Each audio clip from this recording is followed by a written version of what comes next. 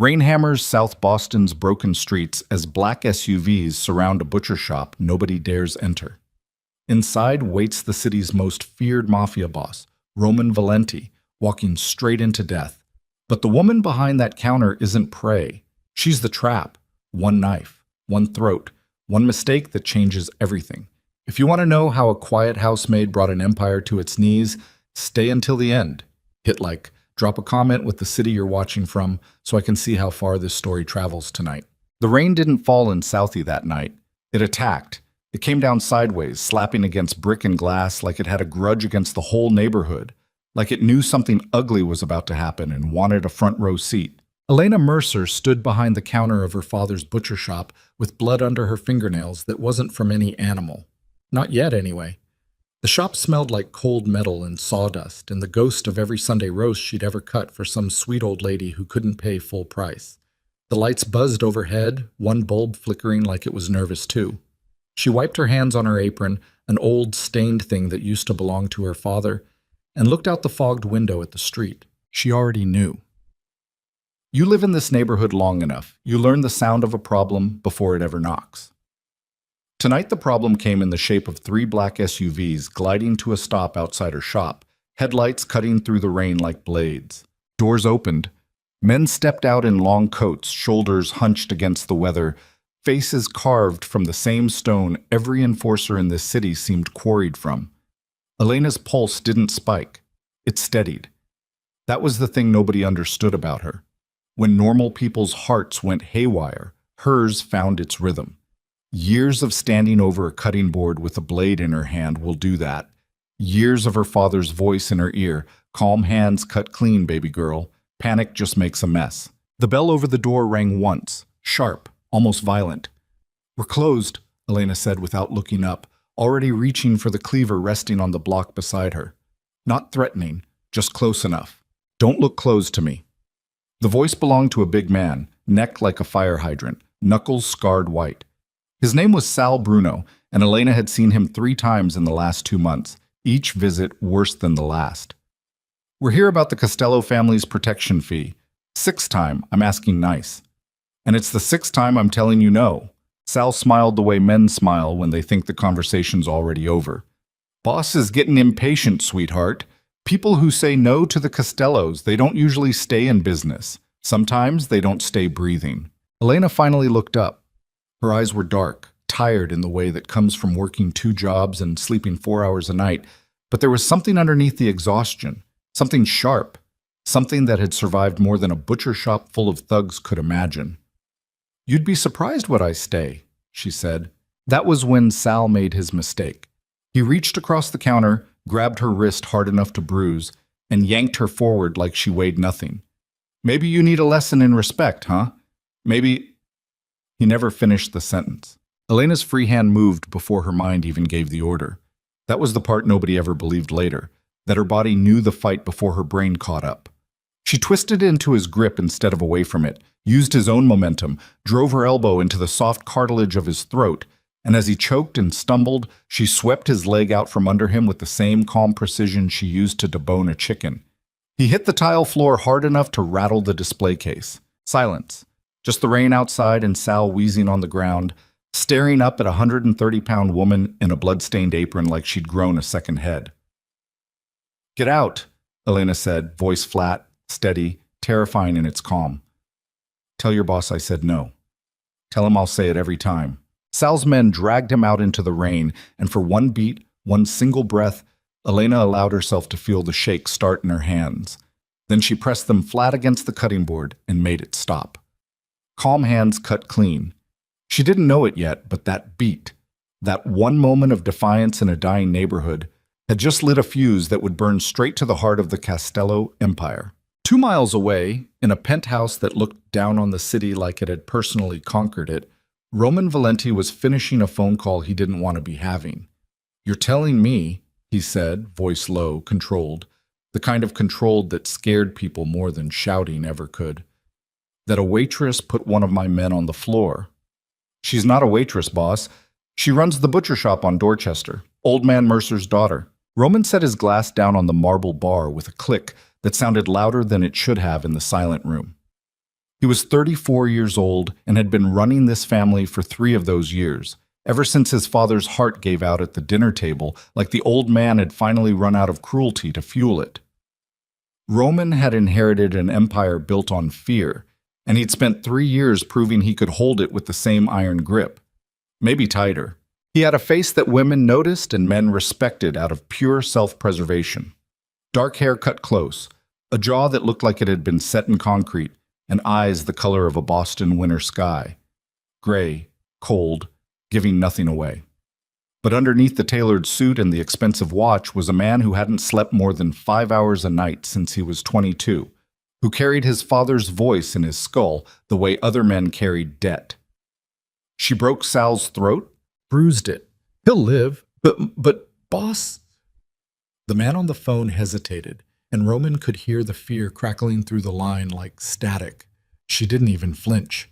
Sal said it was like she'd done it 100 times. Roman exhaled slowly through his nose. He thought about all the ways this could go. He could send 10 men to burn the shop to the ground. That was the easy answer, the answer his father would have given without blinking. He could send Sal back with a gun instead of a handshake. He could make an example so loud the whole neighborhood would remember it for a generation. But something about the word flinch, the absence of it, snagged in his mind like a hook in fabric. "Get the car," Roman said. "I'll handle this myself." "Boss, with respect, that's not—" "I said get the car." The rain hadn't let up by the time Roman's SU-5 pulled to the curb outside the small, unassuming butcher shop with the cracked sign that read, "Mercer and Son." The word son painted over decades ago and never quite fully erased, like even the building remembered what it used to promise. Roman stepped out alone. No bodyguards trailing him, no entourage, just him, his black coat soaking through within seconds, his shoes splashing through the gutter water as he crossed the street. He liked to do this. Walk into a problem himself, look it dead in the eye, let people see exactly who they were dealing with. It had worked every time. It had built his reputation brick by brick, fear by fear. The bell rang as he pushed the door open. Elena was wiping down the counter, sleeves rolled to her elbows, hair pulled back in a knot that had mostly come undone over the course of a long night. She glanced up, saw the tailored coat, the expensive watch, the way he carried himself like the whole world owed him rent, and she knew immediately who he was. South Boston wasn't a big place. Everyone knew Roman Valenti's face the way everyone knows a storm cloud on the horizon. "We're closed," she said, same flat tone she'd used on Sal. "I'm not here to buy a roast." "Then you're here to waste my time, and I don't have much of that to spare." She set the rag down and crossed her arms, and Roman noted, with the part of his brain that never stopped cataloging threats, that she didn't step back from the counter, didn't put distance between herself and the door. Most people, faced with him, instinctively retreated. She didn't move an inch. "You put one of my men on the ground tonight," Roman said, stepping closer, letting his voice drop into the register that made grown men sweat. "You understand what that means? You understand who I am?" "I understand exactly who you are," Elena said. "Spoiled rich boy who inherited a business built on terrifying people too poor to fight back. I'm guessing daddy issues, a mother who left early, and a closet full of suits that cost more than my rent. Am I close?" For a fraction of a second, so brief that anyone else would have missed it, something flickered behind Roman's gray eyes. Surprise. Maybe even something close to respect, buried so deep under 3 years of armor that he barely recognized the feeling himself. "You've got a mouth on you," he said. "And you've got a problem," Elena shot back, "because I'm not paying you a cent, and I'm not scared of you, and every threat your guy made tonight, I'm going to keep walking through like it's nothing. So either tell me why you're really here, or get out of my shop before it gets cold." Roman moved fast. Faster than she expected, faster than most men his size had any right to move.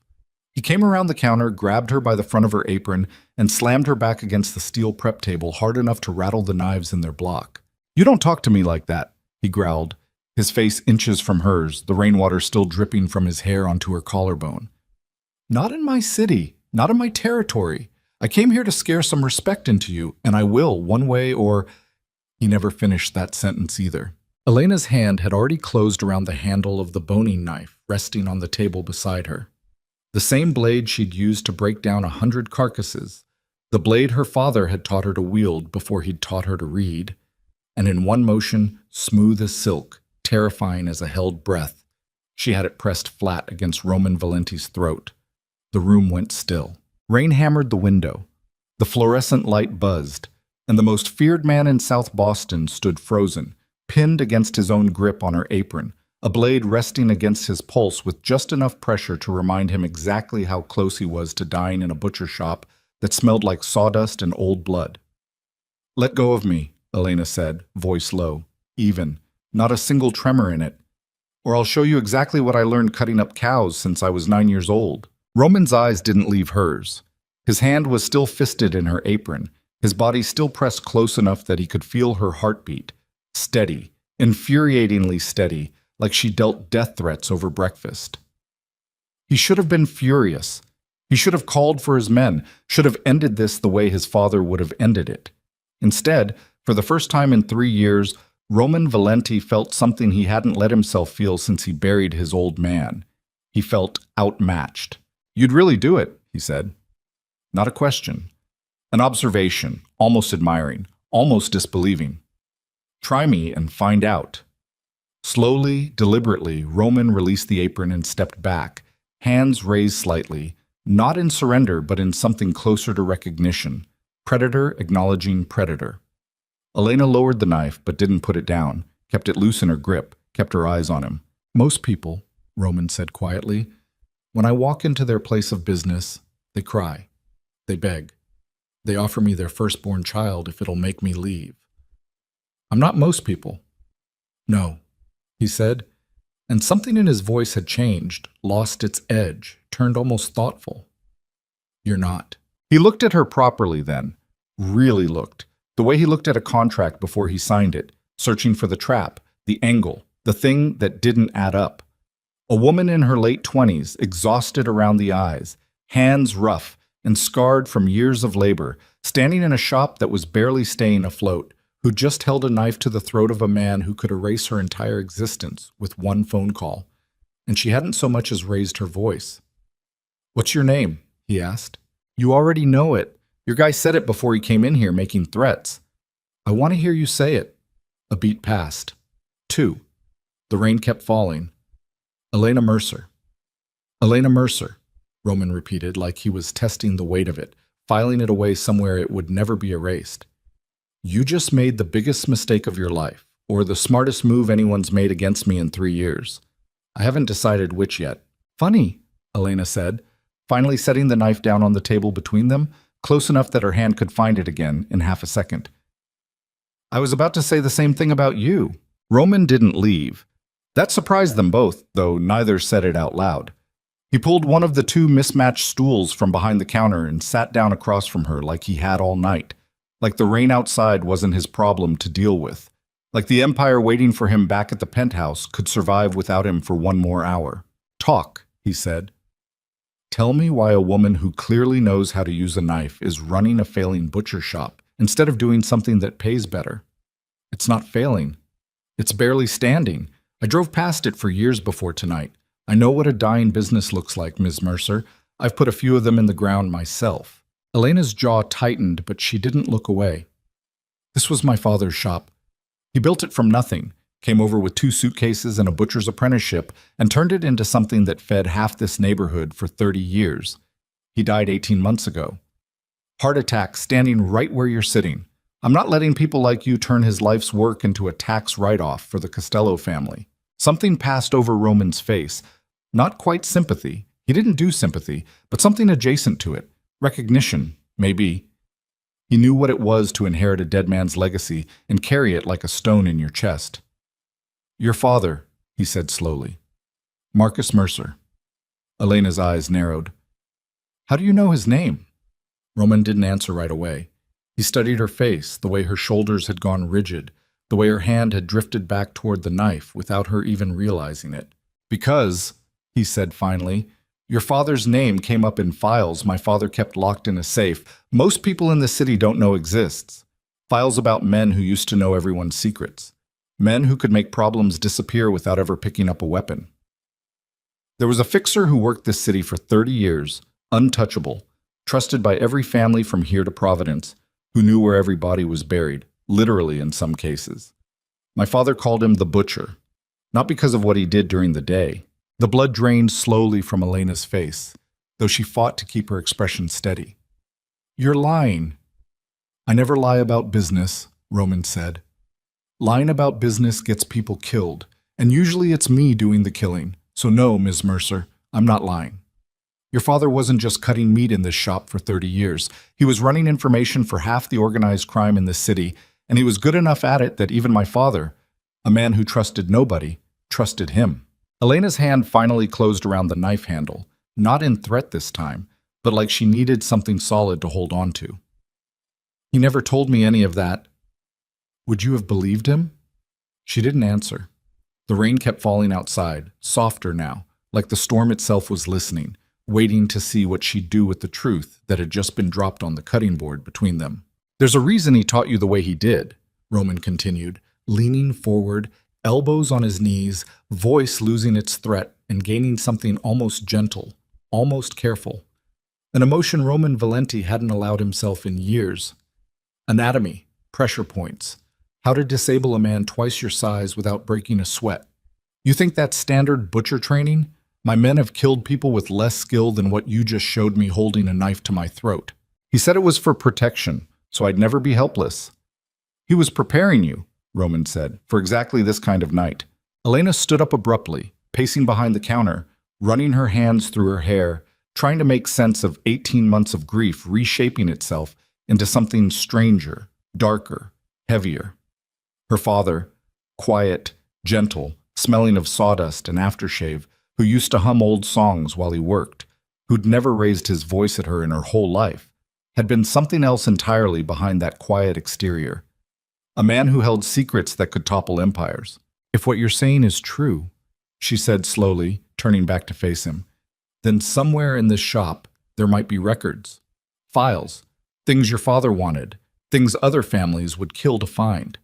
Roman's eyes sharpened, the predator returning behind the gray.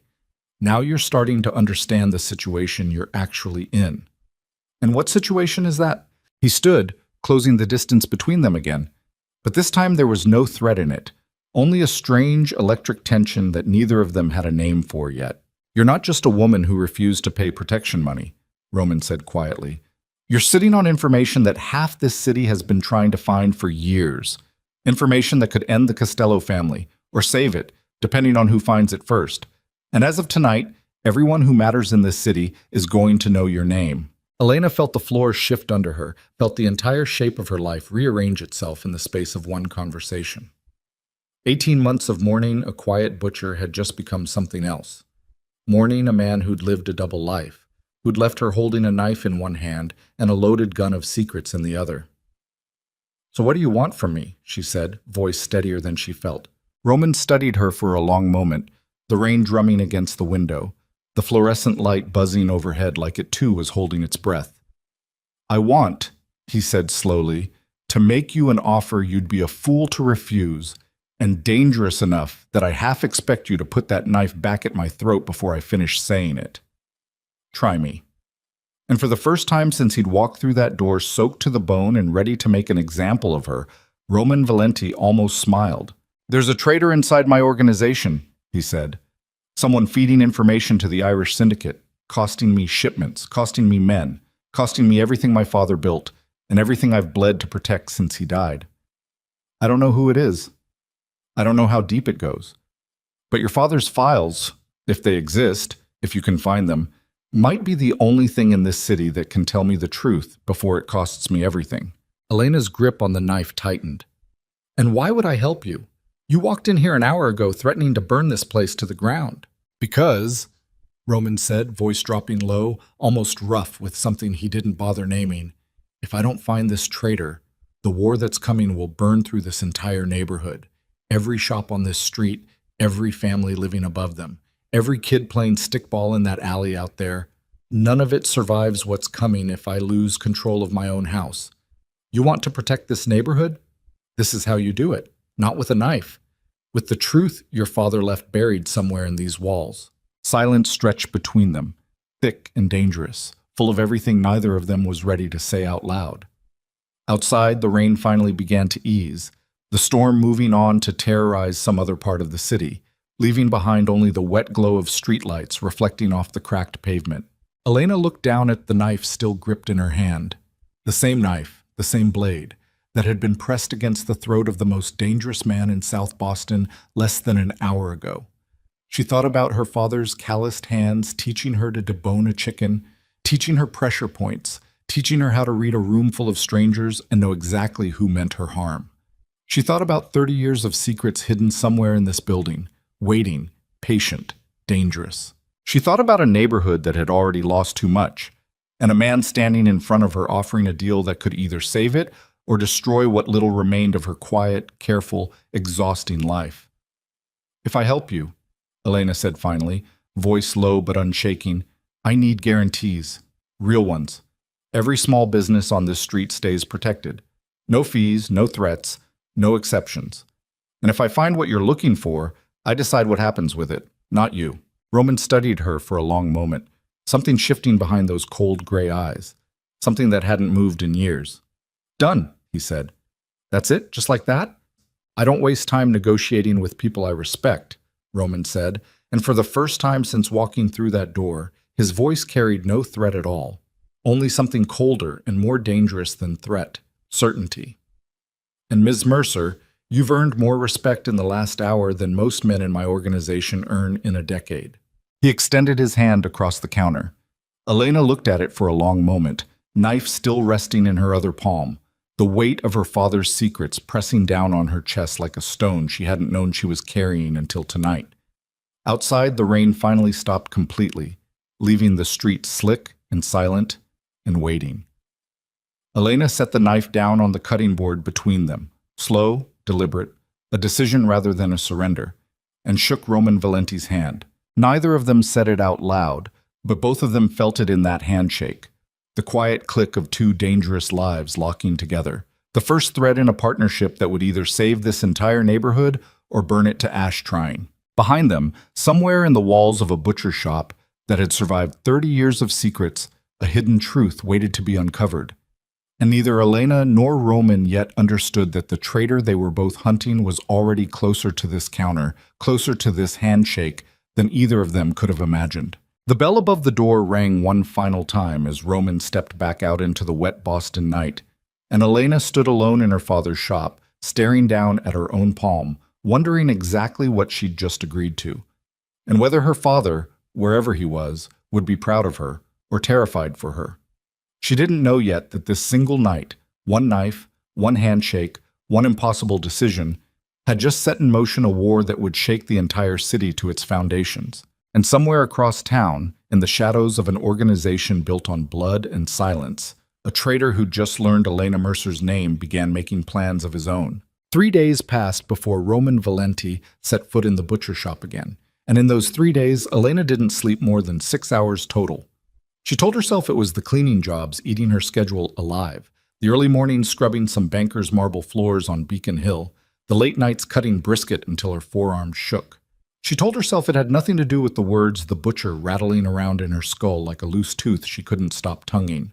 She found the first file on the second night, behind a false panel in the walk-in cooler her father had built himself 20 years ago, the kind of carpentry job that looked like nothing more than bad insulation work unless you knew exactly where to press. Inside, a metal box rusted at the corners, containing photographs, ledgers, names she didn't recognize, and one she did, Costello, written in her father's careful handwriting, dated 11 years back, next to a dollar figure that made her sit down hard on an overturned crate in the cold and just breathe for a while. She hadn't told Roman about the box yet. Some stubborn, bruised part of her wanted to know what she was holding before she handed any of it over. The bell rang at 9:45, after close, and she knew before she looked up that it was him.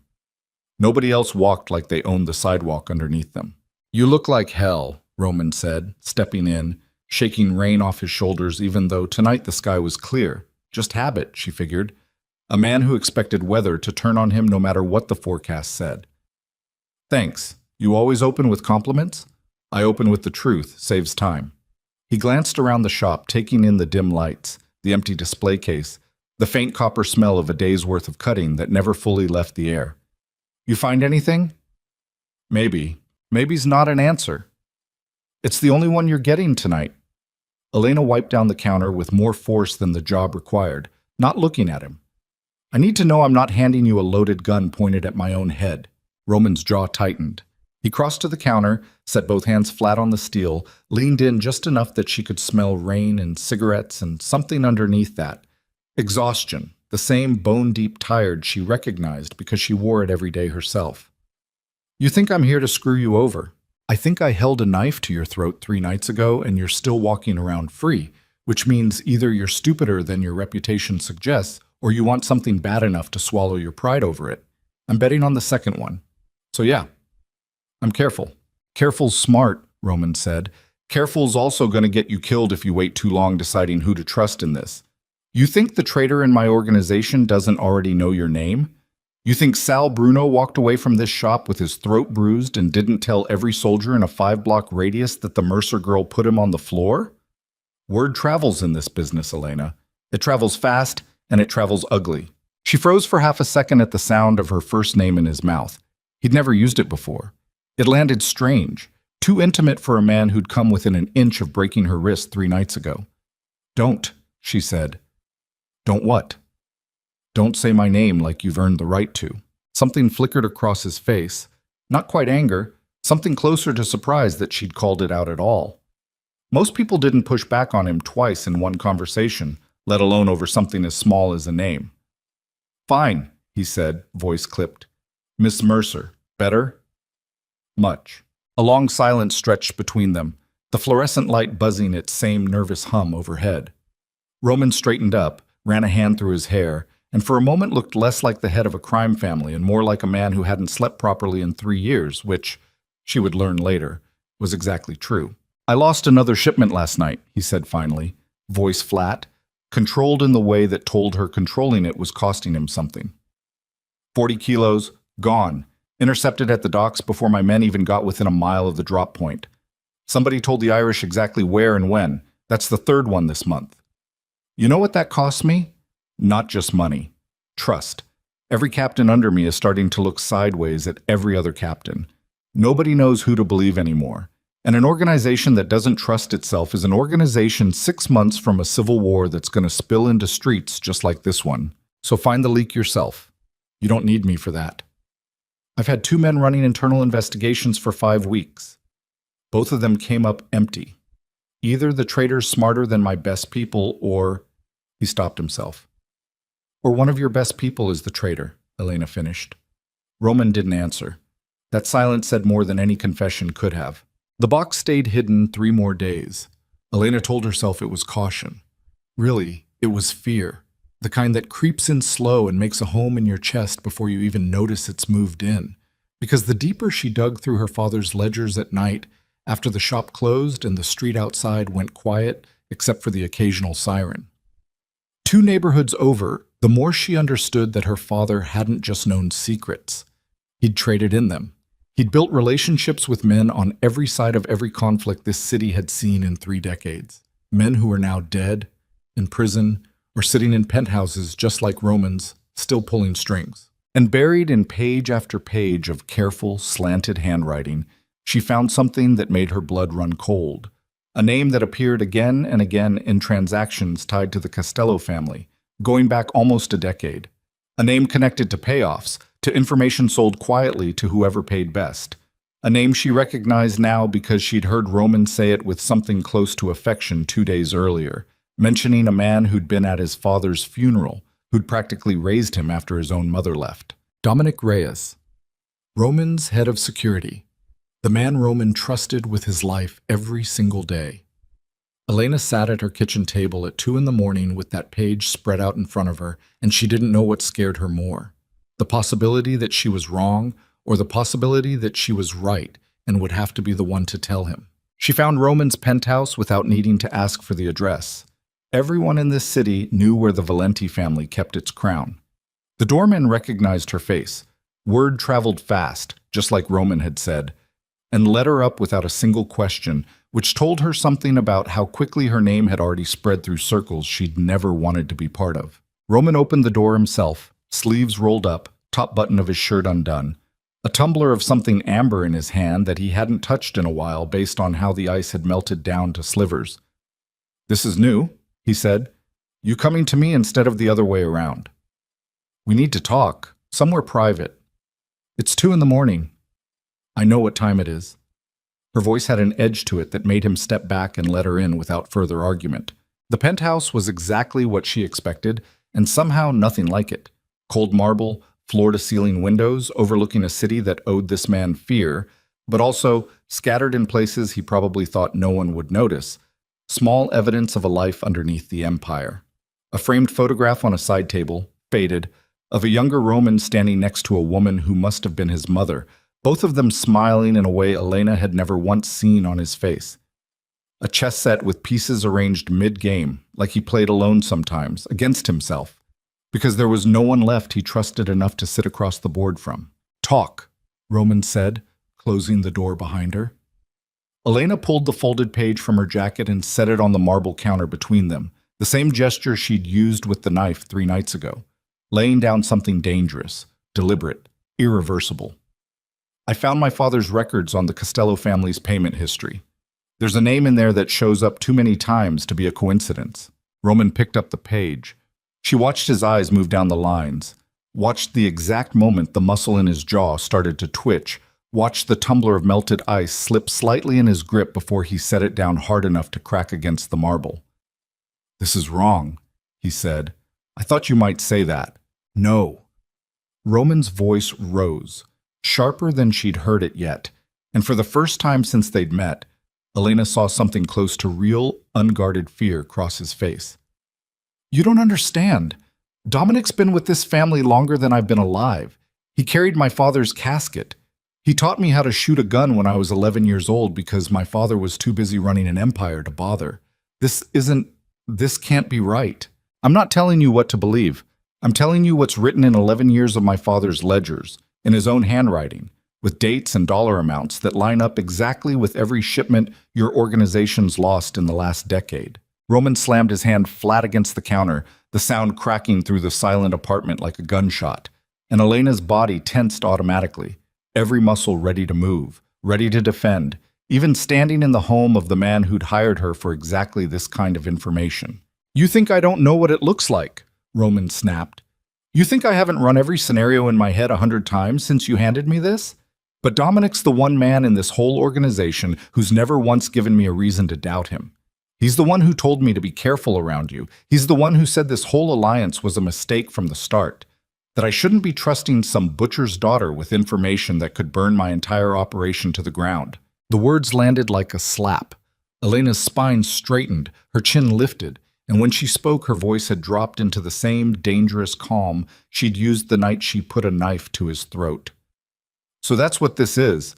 You came running to me with a problem you couldn't solve yourself, made promises about protecting my neighborhood, shook my hand like it meant something. And the second I bring you an answer you don't like, suddenly I'm just some butcher's daughter who can't be trusted." "That's not what I said." "It's exactly what you said." She stepped closer, close enough now that he could see the exhaustion carved into the skin under her eyes, the 3 sleepless nights, the weight of a dead father's secrets she hadn't asked to inherit. "You want to know something, Roman? My father spent 30 years keeping secrets for men exactly like you. Men who used him when it was convenient and looked at him sideways the second the truth got uncomfortable. He died with a heart that gave out from carrying all of it. And you know what I learned watching him do that? I learned that loyalty to men like you is a one-way street that runs straight into a grave. Don't talk about something you don't understand. I understand plenty. I understand that you'd rather believe the man who taught you to shoot a gun than believe the evidence sitting right in front of you, because believing me means admitting you've been wrong about somebody you loved for years. That's not strategy, Roman. That's fear.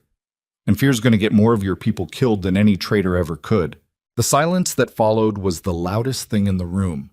Roman stood with his hands braced against the counter, breathing hard, staring down at the page like it might rearrange itself into something less devastating if he looked at it long enough. When he finally spoke, his voice had lost its edge, replaced by something rawer, something closer to the man underneath 3 years of armor. "If you're wrong about this, he said quietly. It doesn't just cost me money.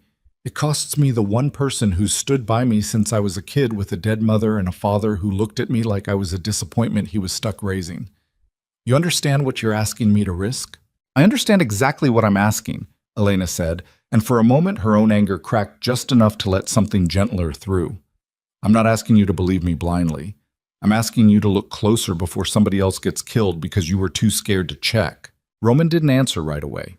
He picked up the page again, read it a second time, a third, and Elena watched 3 years of carefully constructed control fight against something much older. A boy who'd lost his mother, who'd spent his whole life trying to prove to a dead father that he was strong enough to hold an empire together, now staring down the possibility that the one person who'd ever made him feel safe had been lying to him the entire time. Get out, he said finally, voice barely above a whisper. Roman, I said get out. His eyes snapped up, and there was something dangerous in them now, something that reminded her exactly why this man's name made grown soldiers go pale. I need to think, and I can't do that with you standing here making me doubt 30 years of my life. Elena held his gaze for a long moment, then folded the page back up and slid it across the counter toward him. Keep it, she said. When you're done being angry at me for telling you the truth, you're going to need it. She left without another word, and behind her, Roman Valenti stood alone in his penthouse at 3 a.m, staring at a piece of paper that threatened to unravel everything he thought he understood about the only family he had left. Dominic Reyes had a face built for trust. Deep lines around the eyes from decades of squinting into Boston winters, a gray-streaked beard he kept neat, and a way of speaking that made people feel like they were being looked after rather than managed. He was 61 years old, built like a man who'd spent his youth doing manual labor and never quite lost the muscle, even as the years softened his middle, and he'd been at Roman's side, in one capacity or another, since Roman was 7 years old, and his mother had walked out the front door of the Valenti estate without so much as a goodbye. Roman summoned him to the penthouse 2 days later, after 48 hours of barely sleeping, of staring at his mother's old photograph until the edges blurred, of running every memory he had of Dominic through a filter of suspicion that made his stomach turn.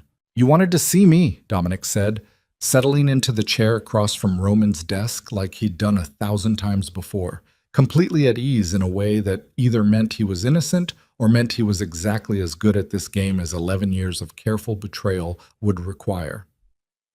We've lost 3 shipments this month, Roman said, keeping his voice level, watching Dominic's face for any flicker, any crack. I know. I've been running it down myself. Whoever's leaking the information, they're being careful. Could take weeks to nail it down. Could it? Roman leaned back in his chair, fingers steepled, the same posture his father used to take right before he destroyed somebody across a negotiating table. Funny thing about weeks, Dominic, that's a long time for a man as good as you to come up empty. Something shifted in Dominic's expression. Subtle, almost nothing. But Roman had spent his whole life learning to read the smallest movements in men's faces, and he saw it. A flicker of caution where there should have been only confusion. What's this about, Roman? You tell me. I don't know what you're... 11 years, Roman said, voice dropping low, dangerous. That's how long the records show payments going back. 11 years of information sold to the highest bidder, dressed up as bad luck and bad timing. You taught me how to shoot a gun, Dominic. You stood next to me at my father's funeral, and the whole time you've been bleeding this family dry from the inside. Dominic's face went through several emotions in quick succession. Shock, then something that looked almost like genuine hurt, before settling into a careful, controlled neutrality that did nothing to ease the cold knot forming in Roman's chest. Whoever showed you that, Dominic said slowly, they're lying to you, or they're being lied to themselves. I've given 30 years of my life to this family. You think I'd throw that away for money?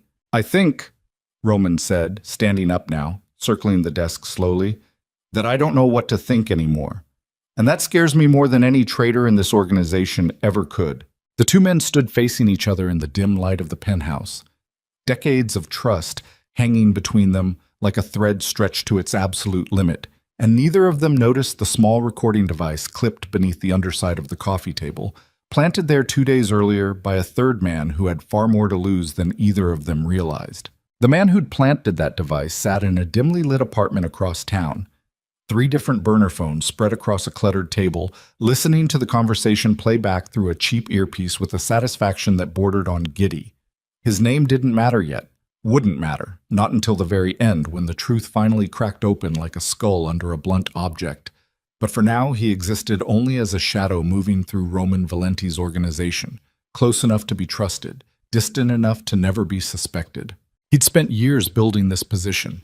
Years of small favors, careful loyalty, perfectly timed absences whenever something needed to go wrong. And now, finally, watching Roman tear his own organization apart from the inside, watching the one relationship Roman trusted more than any other start to fracture under the weight of manufactured suspicion, it was almost beautiful, almost poetic.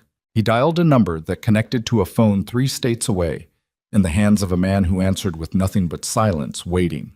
"It's working," the shadow man said quietly. "He's turning on Reyes. The girl's information is doing exactly what we hoped it would. Give it another week, maybe 2, and Roman Valenti is going to destroy the only loyal man he has left, all by himself, with his own hands. And once Reyes is gone, once the one man who could actually protect this organization is out of the picture, then we move," the voice on the other end said, "and there won't be anyone left standing between us and everything Valenti's father built." The line went dead. The shadow man leaned back in his chair, smiling at the ceiling, while 2 miles away Roman Valenti and Dominic Reyes stood locked in a standoff neither of them fully understood the true cost of yet. Elena didn't hear from Roman for 5 days after she walked out of his penthouse.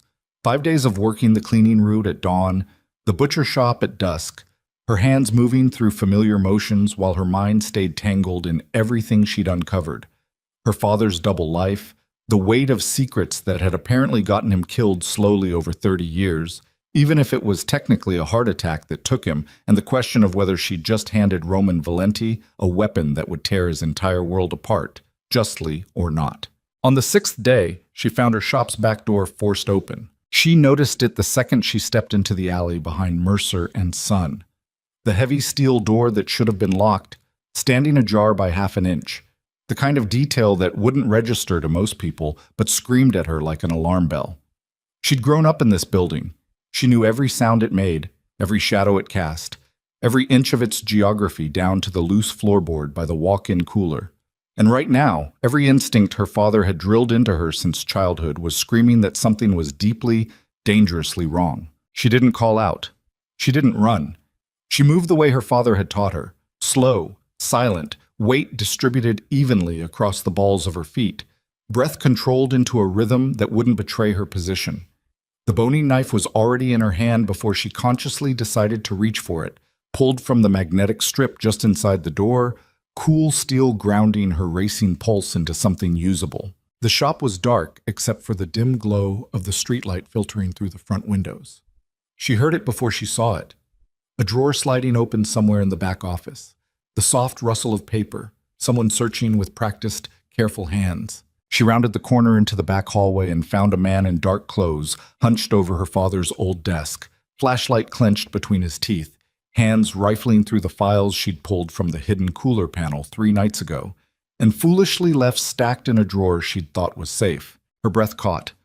Every cell in her body screamed at her to retreat, to call for help, to do anything other than what she actually did, which was step fully into the doorway and say, in a voice far steadier than she felt, "Looking for something?" The man's head snapped up. He was younger than she expected, maybe late 20s, with the kind of nervous energy that told her this wasn't a professional, not really. Somebody hired in a hurry, somebody desperate or paid just enough to take a stupid risk. He didn't hesitate. He lunged. What happened next took less than 11 seconds.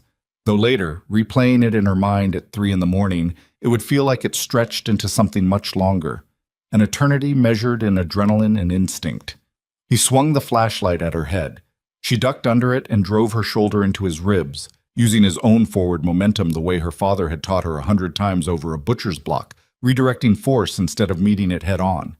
He staggered, gasping, and she followed with a strike to the side of his knee that buckled him sideways into the filing cabinet with a crash loud enough to rattle the windows. He came up swinging again, wild, desperate, and this time his fist connected with her jaw hard enough that she saw white for half a second, tasted copper, felt her own knife slip from her grip and skitter across the floor. Pain bloomed bright and immediate along her cheekbone, and for one terrifying instant her body wanted to freeze, wanted to curl inward and protect itself the way every untrained instinct screamed at her to do. She didn't let it. Calm hands cut clean. Panic just makes a mess.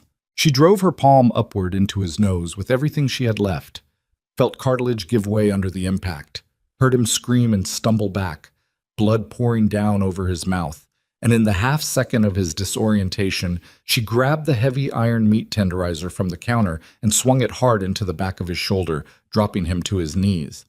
"Who sent you?" she demanded, breathing hard, blood from her split lip dripping onto the tile floor between them. He didn't answer. He scrambled, half blind with pain, toward the back door, and she let him go. Not out of mercy, but because chasing a desperate man through a dark alley with her own knife somewhere behind her on the floor was the kind of decision that got people killed, and she'd made enough reckless choices for one night already. She locked the door behind him with shaking hands, slid down against the cold steel of the walk-in cooler, and sat there in the dark for a long time, blood drying on her jaw, pulse hammering in her ears, finally letting herself shake the way she hadn't let herself shake 3 nights earlier in front of Roman Valenti. When she finally pulled out her phone and called him, her voice came out rougher than she intended. Someone broke into the shop. There was a pause on the other end, sharp and silent, before Roman's voice came back low and urgent in a way she hadn't heard from him before. "Are you hurt?" "I'm fine." Elena. Her name again, but this time it didn't sound like a violation. It sounded like something closer to fear. "Are you hurt?" "He got a hit in. Split my lip. I'll live." She closed her eyes, leaned her head back against the cold metal door. "He was after the files, the ones I pulled from the cooler. Somebody knows what I found, Roman. Somebody knows, and they sent someone to make sure I never had the chance to show it to anybody else." The silence on the other end of the line stretched long enough that she thought the call had dropped. "I'm coming," Roman said finally, voice tight with something raw and unguarded. "Don't move. Don't open that door for anyone but me." "Roman, I should have never let you walk out of my apartment angry," he said, words coming faster now, edged with something that sounded almost like guilt. "I should have put men on that shop the second you handed me that page. I was too busy being angry about Dominic to think straight, and now you're sitting there bleeding because of it. This isn't your fault." "It's exactly my fault." His voice cracked, just slightly, just enough for her to hear the man underneath the empire. "I'm 15 minutes out. Don't you dare move."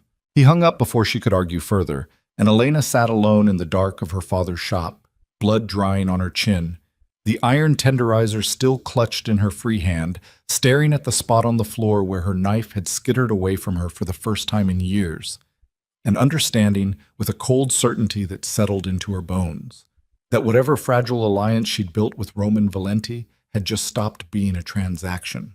It had become something far more dangerous, something that could get them both killed. 15 minutes later, the back door rattled with 3 sharp knocks, and Roman Valenti's voice called through the steel, rougher than she'd ever heard it. "It's me. Open up." She rose on unsteady legs, and as she slid the bolt back and pulled the door open, she found him standing in the alley with no entourage, no bodyguards, his shirt collar still askew from however fast he'd thrown it on, his eyes immediately finding the dried blood along her jaw and going dark with something that looked dangerously close to fury barely held in check. "Who did this?" he said, voice low, lethal. "I don't know. He ran before I could ask twice." Roman stepped inside, scanning the wreckage of the back office. The overturned filing cabinet, the scattered papers, the small dark spots of blood on the tile that belonged to neither of them, but to the man who'd fled into the night with a broken nose and a story to tell whoever had sent him. He turned back to her, and for a moment the careful armor he wore every day cracked just enough to let something raw and human bleed through. "I almost lost you," he said quietly, and the words hung strange and heavy in the cold air of the shop, neither of them quite sure yet what to do with them. Elena didn't answer right away. She looked at him, really looked, the way she had the first night, cataloging the exhaustion, the fear he was trying and failing to hide, the blood pressure visibly hammering in the vein along his temple. And something in her chest shifted, something dangerous and unwelcome and impossible to ignore any longer. "It's not just my files they're after," she said finally, breaking the silence. "It's me. Whoever's behind this knows I'm the one piecing it together, which means Whoever set up Dominic, whoever's actually been feeding your shipments to the Irish for 11 years, they're watching us right now. They knew exactly when to send someone, exactly what to look for, exactly where to find it. Roman's jaw tightened, the fury in his eyes sharpening into something colder, more focused. Which means, he said slowly, either we've got a leak telling them everything we do, or... He stopped. Elena watched the realization land on his face in real time, watched the color drain slightly from his skin as a new and far more terrifying possibility settled into place. Or it's not Dominic at all, Elena finished for him. And whoever the real traitor is, they just used my father's name and your own paranoia to point you straight at the wrong man, while the actual snake stays close enough to watch everything unfold from the inside. The words hit the room like a dropped blade, sharp and final, and for a long moment neither of them spoke, both staring at the wreckage of a back office that suddenly felt less like a break-in and more like the opening move of a much larger, much darker game. One where the real enemy had been standing close enough to touch the whole time, patient, careful, and still completely invisible. Outside, the city moved on around them, indifferent and unaware, while inside a butcher shop that smelled of blood both old and new, Roman Valenti and Elena Mercer stood at the edge of a truth neither of them was ready to face. And the realization, dawning slow and cold between them, that there was no version of this story left where either of them could simply walk away. Roman didn't sleep that night. He posted 2 men he trusted with his actual life, not his organization, his life, a distinction that had only existed for him in a list of maybe 3 names total, outside the butcher shop, and he sat across from Elena at the small table in the back office until 4 in the morning, going through her father's files page by page under the weak light of a desk lamp, both of them too wired on adrenaline to feel the exhaustion yet. "This entry," Roman said, tapping a line near the bottom of a ledger page, voice rough from disuse. "March, 11 years ago, $15,000, no name attached, just initials, DR. Dominic Reyes." Or, Roman said slowly, somebody who wanted it to look like Dominic Reyes.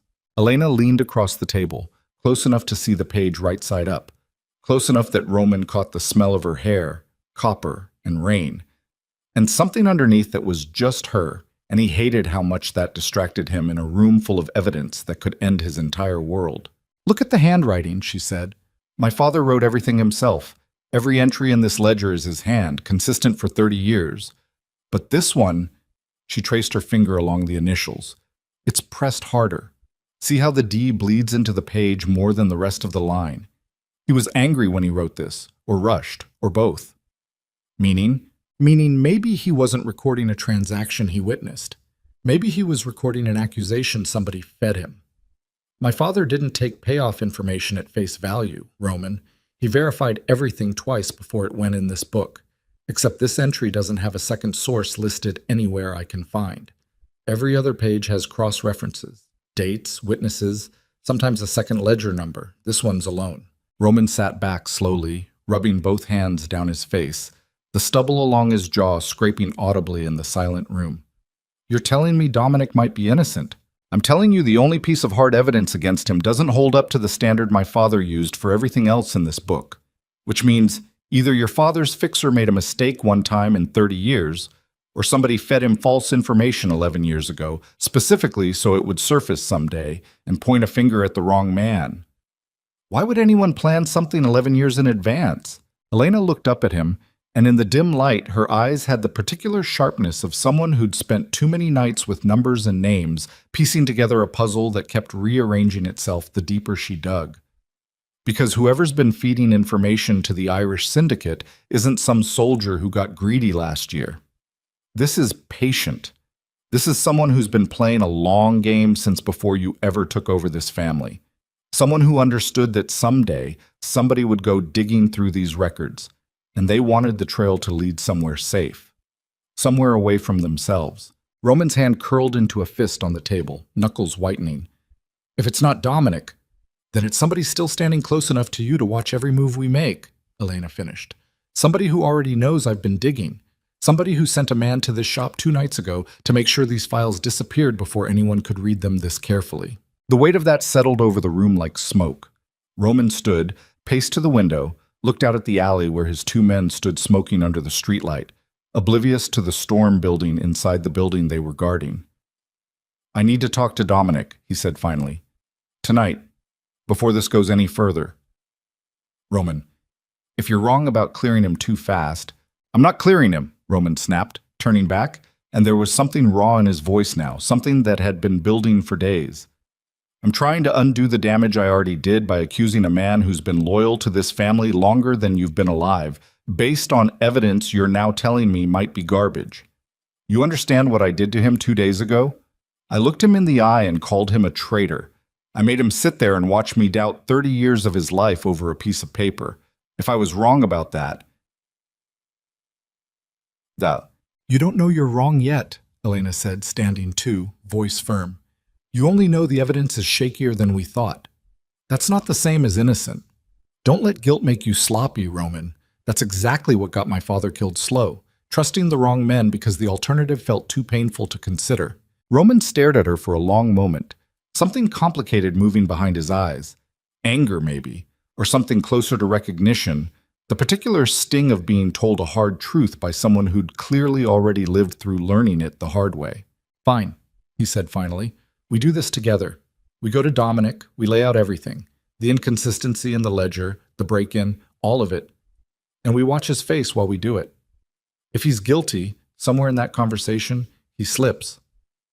And if he's not?" Roman's jaw tightened.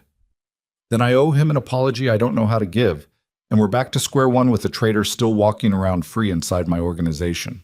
They found Dominic Reyes at his apartment in Charlestown, a modest 2-bedroom that looked nothing like the home of a man who'd supposedly been skimming 6 figures off his organization for over a decade. The furniture was old, comfortable, lived in. A recliner with a permanent dent in the cushion, photographs on the wall of Dominic with his late wife. Photographs of Roman as a child, gap-toothed and grinning, sitting on Dominic's shoulders at what looked like a 4th of July barbecue 25 years gone. Dominic opened the door himself, already dressed despite the hour, like he hadn't been sleeping either. His eyes moved from Roman to Elena and back, and something tired and resigned settled into his expression. "Come to finish what you started the other day?" he said, voice flat. "We need to talk," Roman said. "All of us." Dominic stepped back to let them in, and the 3 of them stood in his small living room under the watchful eyes of photographs spanning 3 decades of loyalty, while Roman laid out everything: the ledger entry, the inconsistency Elena had found, the break-in at the shop, the strange precision of someone who'd known exactly where to look and exactly what to take. Dominic listened without interrupting, his weathered face giving away nothing until Roman finished, and then he was quiet for a long moment, staring down at his own hands, hands that had taught Roman to hold a gun steady when he was 11 years old and terrified of his own father. "You think I'd sell out this family," Dominic said finally, voice low, "and you waited until somebody broke into a butcher shop and assaulted this young woman before you started questioning whether the evidence even held up." "I'm sorry," Roman said, and Elena watched something in him crack open that she suspected hadn't cracked open in front of another human being in a very long time. "I should have looked closer before I came at you like that. You've never given me a reason to doubt you, and I let 3 days of fear make me forget that." Dominic's eyes were wet, though his voice stayed steady. 30 years, Roman. I carried your father's casket. I held you the night your mother walked out and you cried so hard you made yourself sick, and I never once told a living soul because I knew you'd hate that anybody saw you that broken. And the second somebody hands you a piece of paper with my initials on it, you're ready to believe I'd burn all of that down for money. I know, and I'm sorry, and it's not enough. But it's what I've got right now."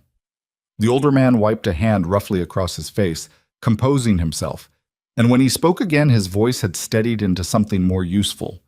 The voice of a man whose actual skill set was security, investigation, finding the threads other people missed. "If somebody planted that entry 11 years ago," Dominic said slowly, "they had to have access to whoever your father's fixer was reporting to. They had to know the information would eventually surface in a way that pointed at me specifically. That's not random. That means whoever did this knew, even back then, that someday there'd be a reckoning, and they wanted me sitting in the blast radius when it happened." "Who had that kind of access 11 years ago?"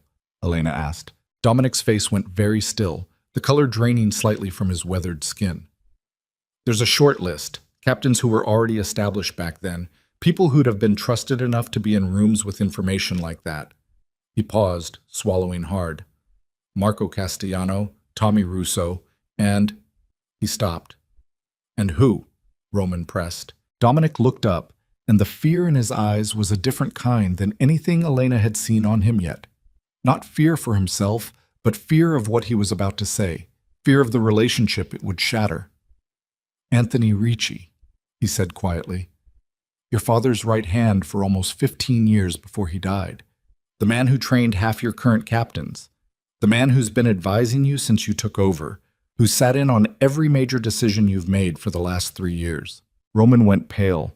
Anthony's been loyal to this family since before I was born. So was I, as far as anyone knew 2 days ago, Dominic said, and the words landed with brutal, undeniable weight. They found Anthony Ricci at the social club on Hanover Street that the Costello family had used for 40 years as a meeting place, dressed up as a legitimate Italian social organization. Card games in the back room, espresso served by old women who'd been making it the same way since before Roman was born. The whole place smelling of cigar smoke and decades of careful business conducted under the cover of friendly conversation. Anthony was 68 years old, silver-haired, immaculately dressed even on an ordinary Tuesday night, the kind of man who carried himself with the unshakable confidence of someone who'd survived 4 decades in organized crime by being smarter and more patient than everyone around him. He sat at his usual table near the back, playing cards with 3 other old men. And when Roman walked in with Dominic and Elena trailing behind him, Anthony's face broke into a warm, easy smile that gave absolutely nothing away. Roman, he said, rising to embrace him, and Dominic, and... His eyes flicked to Elena with polite curiosity. I don't believe we've met. Elena Mercer, Roman said, watching Anthony's face carefully for any reaction to the name. There was none. Either Anthony was innocent, or he was the best liar Roman had ever encountered in his entire life, which, given the stakes, was a possibility that made Roman's stomach turn cold. Marcus Mercer's girl, Anthony said, and something flickered briefly behind his eyes. Recognition, but careful, controlled. I knew your father, good man, quiet, kept his word, which is rarer than you'd think in this business. That's actually why we're here, Roman said, gesturing toward an empty table in the corner, away from the other card players, away from prying ears. We need to talk, privately. Anthony's smile didn't waver, but something behind his eyes sharpened, calculating, and Roman felt the first cold thread of real suspicion settle into his chest as they sat down at the small table in the back of the club, the smell of espresso and cigar smoke thick around them. What's this about, Roman? 11 years ago, Roman said, watching every micro-expression on the old man's face with the focus of a man who'd learned to read danger in small movements long before he'd learned to read anything else. Somebody fed false information into my father's old fixer's records. Information designed to point suspicion at Dominic, here, for crimes someone else committed. We need to know who had access to plant something like that. Anthony's hands, resting on the table, went very still. It was a small thing. Most people wouldn't have noticed it at all. But Roman had spent 3 years learning exactly the kind of stillness that meant a man was choosing his next words with extreme care. That's a serious accusation to bring without proof, Anthony said slowly. We're not accusing you, Elena said, leaning forward, watching him with the same predatory patience she'd used the first night with Roman. We're asking who else had the access. You worked closely with my father for years. You'd know who he trusted with sensitive information, who could have gotten close enough to plant something like this without raising suspicion. Anthony was quiet for a long moment, his eyes moving between the 3 of them, and when he finally spoke, his voice had lost some of its earlier warmth, replaced by something more careful, more guarded. Your father was a careful man, Elena. He didn't let many people close to his real work. Myself, occasionally. Dominic, sometimes, though usually only secondhand through Roman's father. And he paused, and Roman watched something shift behind the old man's eyes, a decision being made in real time. There was one other, a young man, ambitious, eager to prove himself. He used to run errands for your father sometimes, Elena, back when he was barely more than a kid trying to work his way up in this business. Marcus trusted him with small things, deliveries mostly. But he was sharp, sharp enough that I always wondered if he was paying closer attention than anyone realized. "Who?" Roman said, voice tight. Anthony's gaze settled on Roman with something that looked, for the first time all night, genuinely sad. "His name's Vincent Costello," Anthony said quietly. "Your cousin." The words hit the table like a dropped glass, shattering something that had been holding steady in the room for the entire conversation. Roman's face went through a series of expressions in quick succession: confusion, denial, and finally something that looked like the floor had genuinely opened up beneath him. "Vincent's been in Chicago for the last 8 years, Roman said, voice unsteady, "running the family's interests out there. He's barely set foot in Boston since my father's funeral." "Exactly," Anthony said, "far enough away to never be suspected, close enough, through family blood, to have access to information nobody would think to question. And ambitious enough, Roman, to have wanted exactly what you have. He was always angry, even as a boy, that the family business went to your father's line instead of his. I remember him at family gatherings, watching you with something that wasn't quite hatred, but wasn't far from it either. Children notice these things even when adults pretend not to." Roman sat back hard in his chair, the breath leaving his body like he'd been struck. Elena watched him process it, watched 34 years of family history rearrange itself around a name he hadn't considered a threat in a decade. Watched the particular horror of realizing that the danger closest to you had been wearing the most familiar face the entire time. "He came back to Boston 3 weeks ago," Dominic said suddenly, his voice tight, eyes wide with the dawning horror of connecting dots that had been sitting in front of him the whole time. "I logged it myself. He said it was a family visit, said he wanted to pay respects at his uncle's grave on the anniversary. I didn't think anything of it. He's family, Roman. He had every right to come back without raising suspicion." 3 weeks, Roman repeated, voice hollow. "The shipment started disappearing 3 weeks ago." The silence that followed was the kind that physically pressed against the chest, thick and suffocating, full of every piece finally clicking into a shape none of them wanted to see. Anthony reached across the table and laid a weathered hand briefly on Roman's arm, an old man's gesture of comfort that did nothing to soften the devastation written across Roman's face. "I should have told you the moment I noticed him back in town," Anthony said quietly. "I told myself it was nothing. Family visiting family. I didn't want to be the man who turned the family against its own blood without proof. I'm sorry, Roman. That hesitation might have cost you more than either of us realizes yet." Roman stood up so fast his chair scraped hard against the floor, several heads at nearby tables turning toward the noise before quickly looking away, the old instinct of men who'd spent their lives learning when not to notice things. "I need air," he said, voice rough, and walked out of the club without waiting for anyone to follow. Elena found him outside, leaning against the brick wall of the building, one hand pressed flat against the cold stone, breathing hard, his whole body coiled with a tension that looked one wrong word away from breaking something. A wall, a window, himself.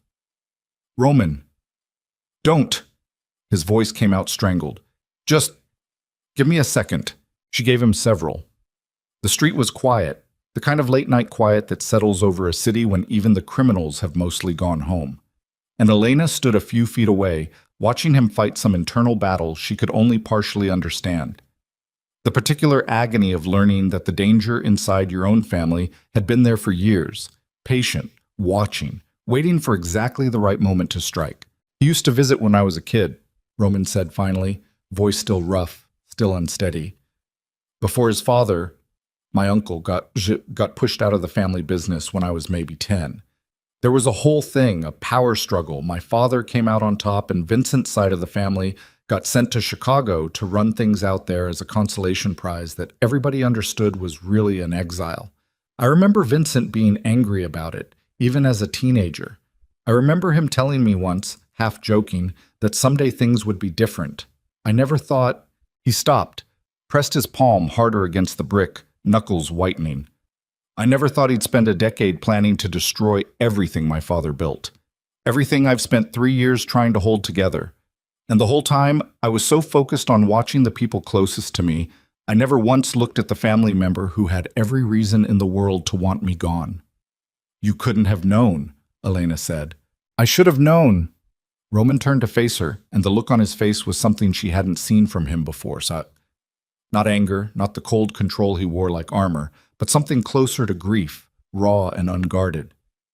I spent 3 years building walls around the people I trusted, terrified somebody close to me would betray the family. And I never once thought to look at blood, because blood was supposed to be the one thing that didn't lie, the one thing that didn't have a price tag. Blood lies all the time, Elena said quietly, and something in her voice made Roman look at her more closely, made him hear the weight underneath the words. My father spent 30 years protecting secrets for men who would have sold him out in a heartbeat if it served them better. Family doesn't mean loyalty, Roman. It just means proximity. Sometimes that's the most dangerous thing of all. Roman studied her for a long moment, the city lights catching the exhaustion and the steel underneath it in her eyes. And something in his chest shifted. Something that had nothing to do with the case, nothing to do with strategy or evidence or 11-year-old ledger entries, and everything to do with the fact that this woman, who'd had every reason to walk away from this mess a week ago, was still standing here in the cold at 1 a.m, helping him hold together an empire that wasn't even hers to save.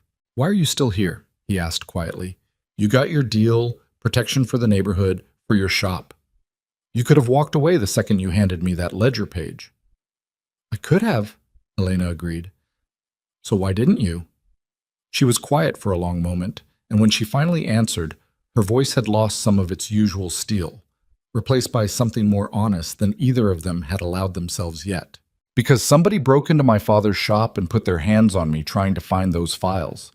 Because whoever's behind this, your cousin, apparently, doesn't care who gets hurt clearing his path to whatever he wants. And because I'm tired of watching men like that win just because the people standing in their way are too scared or too tired or too alone to keep fighting." She met his eyes directly. "My father fought quietly his whole life, and it still killed him slow. I'm done fighting quietly." Roman's hand moved before he fully decided to let it, reaching out, brushing his thumb gently along the faint yellow-green bruise still visible on her jaw from the break-in 3 nights earlier, a gesture so careful, so at odds with everything the world knew about Roman Valenti that Elena's breath caught despite herself. "I'm sorry you got pulled into this," he said quietly. "I'm not." The words surprised her as much as they surprised him. "I spent 18 months grieving a man I thought I understood completely, only to find out he was someone else entirely underneath the apron and the quiet voice. This," she gestured vaguely between them, at the club behind them, at the whole tangled mess of betrayal and blood and broken trust. "This is the closest I've come to actually understanding who he really was. I'm not sorry for that, even if it gets me killed." "Don't say that." "It's the truth." Roman's hand stilled against her jaw, and for a long, charged moment, neither of them moved, the cold January air doing nothing to cool the heat building between them. Two people who'd started this as strangers and somewhere in the last week had become something neither of them had a name for yet, something dangerous, something that felt like it might burn down everything around them if either of them gave it room to grow.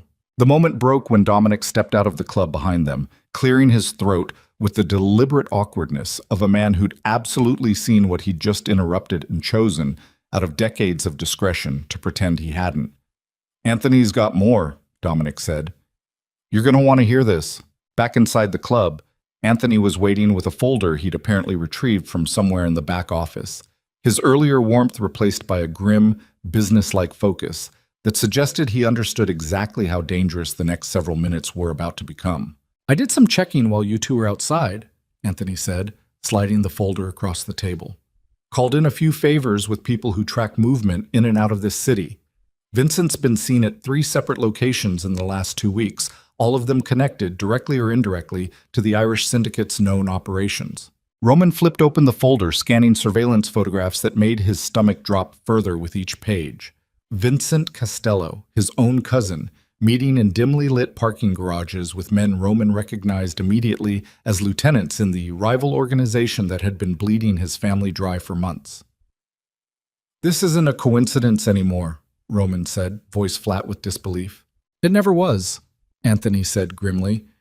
"But there's something else, something worse." He pulled out one final photograph, sliding it across the table with visible reluctance. "This was taken 4 days ago, outside your penthouse, Roman.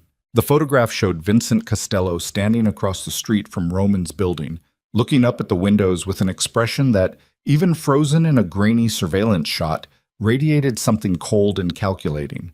And standing beside him, deep in conversation, was a face Roman recognized instantly, a face that made the entire room tilt sideways beneath him. Sal Bruno. The man Elena had put on the floor of her butcher shop the very first night this whole nightmare began. The man who worked directly under Roman, who'd been in that shop on Roman's orders, who'd reported back about Elena's defiance and set this entire chain of events into motion. "Sal works for me," Roman said, voice barely above a whisper. "He's been with the organization for 6 years. He's the one who told me about Elena refusing to pay protection in the first place.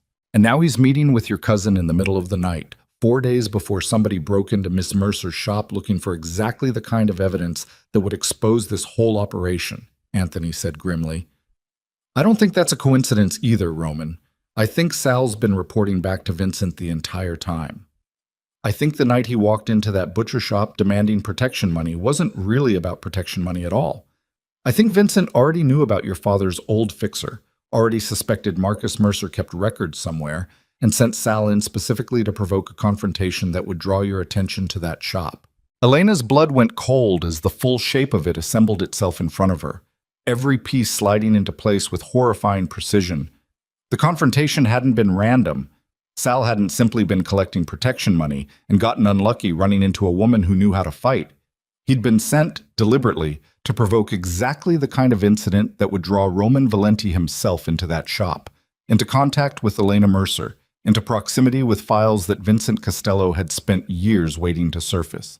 "They used me," Elena said slowly, the words tasting like ash in her mouth. "From the very first night. They knew about my father's records. They wanted Roman to find out, wanted him to come to me, wanted this entire investigation to happen exactly the way it did. Because somewhere in their plan, all of this leads them exactly where they want us." "Where?" Roman said, his voice gone dangerously quiet, the kind of quiet that preceded violence in men like him. Anthony's face had gone pale, the weight of what he was about to say visible in every line of his aged face. "I think," he said slowly, "Vincent wanted you distracted, wanted you chasing Dominic, chasing ghosts, chasing 11-year-old ledger entries while he positioned himself for something much bigger. And I think the break-in at the shop wasn't really about stealing the files at all." "Then what was it about?"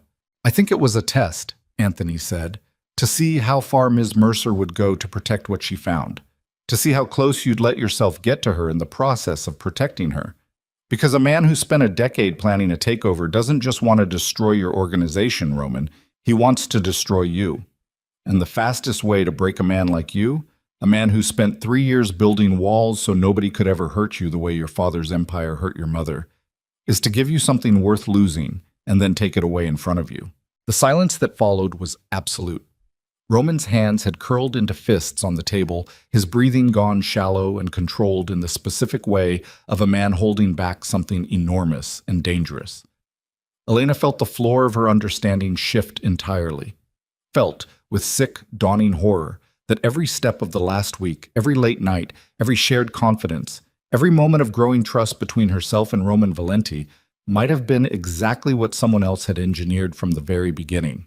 "If that's true," Elena said, voice unsteady for the first time in days, "then we're not chasing the traitor anymore. We're walking exactly where he wants us, and we don't even know what's waiting at the end of the path." Roman looked up at her, and in his eyes she saw something that made her chest tighten, with real fear for the first time since this entire nightmare began. Not fear of Vincent, not fear of the Irish syndicate, not even fear for his organization, but fear for her, sharp and immediate and entirely unguarded. "Then we need to know what he actually wants," Roman said, voice low, lethal. "Because if Anthony's right, if all of this was designed to get us exactly here, exactly now," he didn't finish the sentence. He didn't need to. Because at that exact moment, Dominic's phone began ringing, loud and sharp in the tense silence of the club, and when he answered it, his face went the color of old ash within seconds, his hand beginning to shake around the device.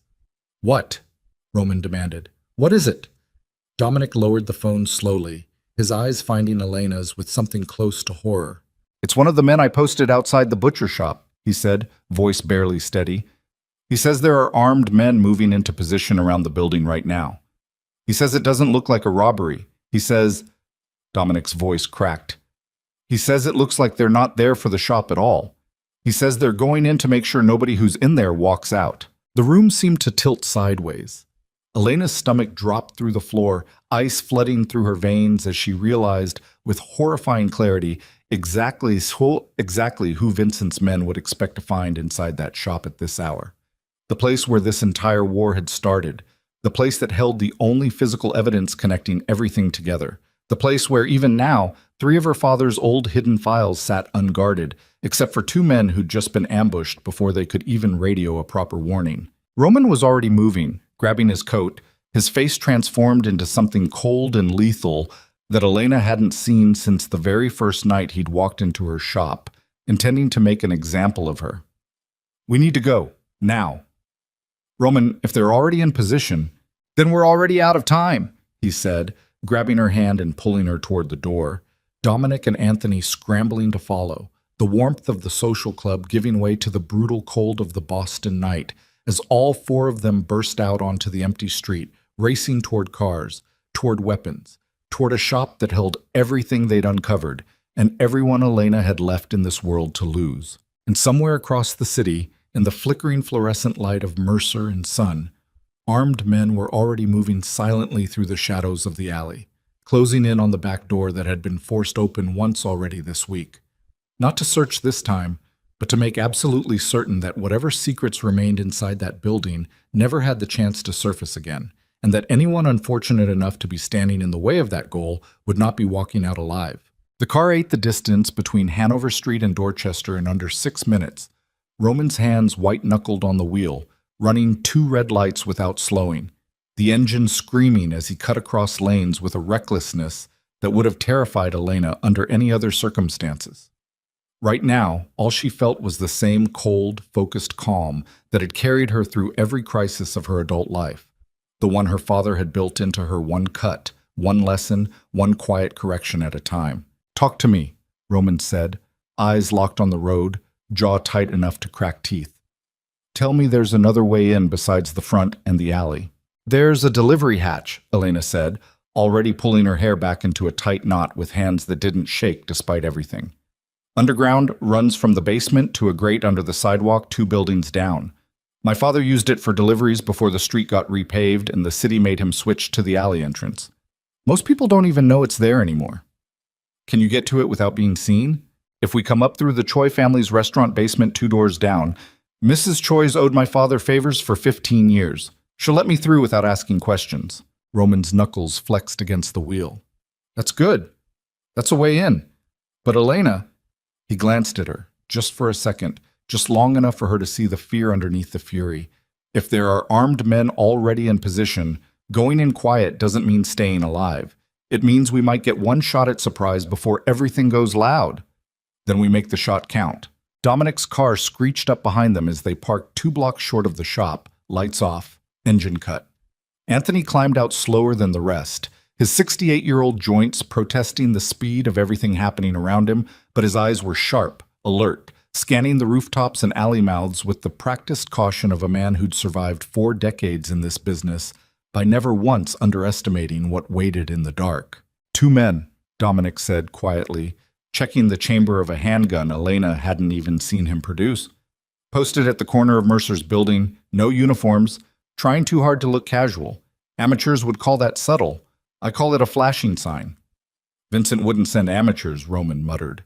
No," Anthony agreed grimly, "which means these 2 are just the outer ring.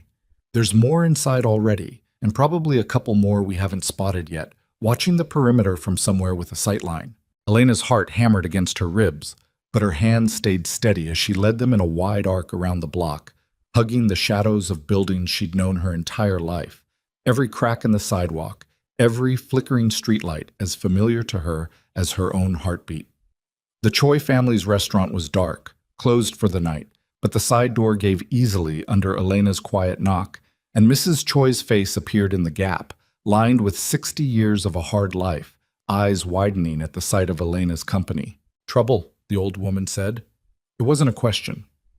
Bad trouble, Elena confirmed. I need the basement passage. Now! Mrs. Choi didn't hesitate.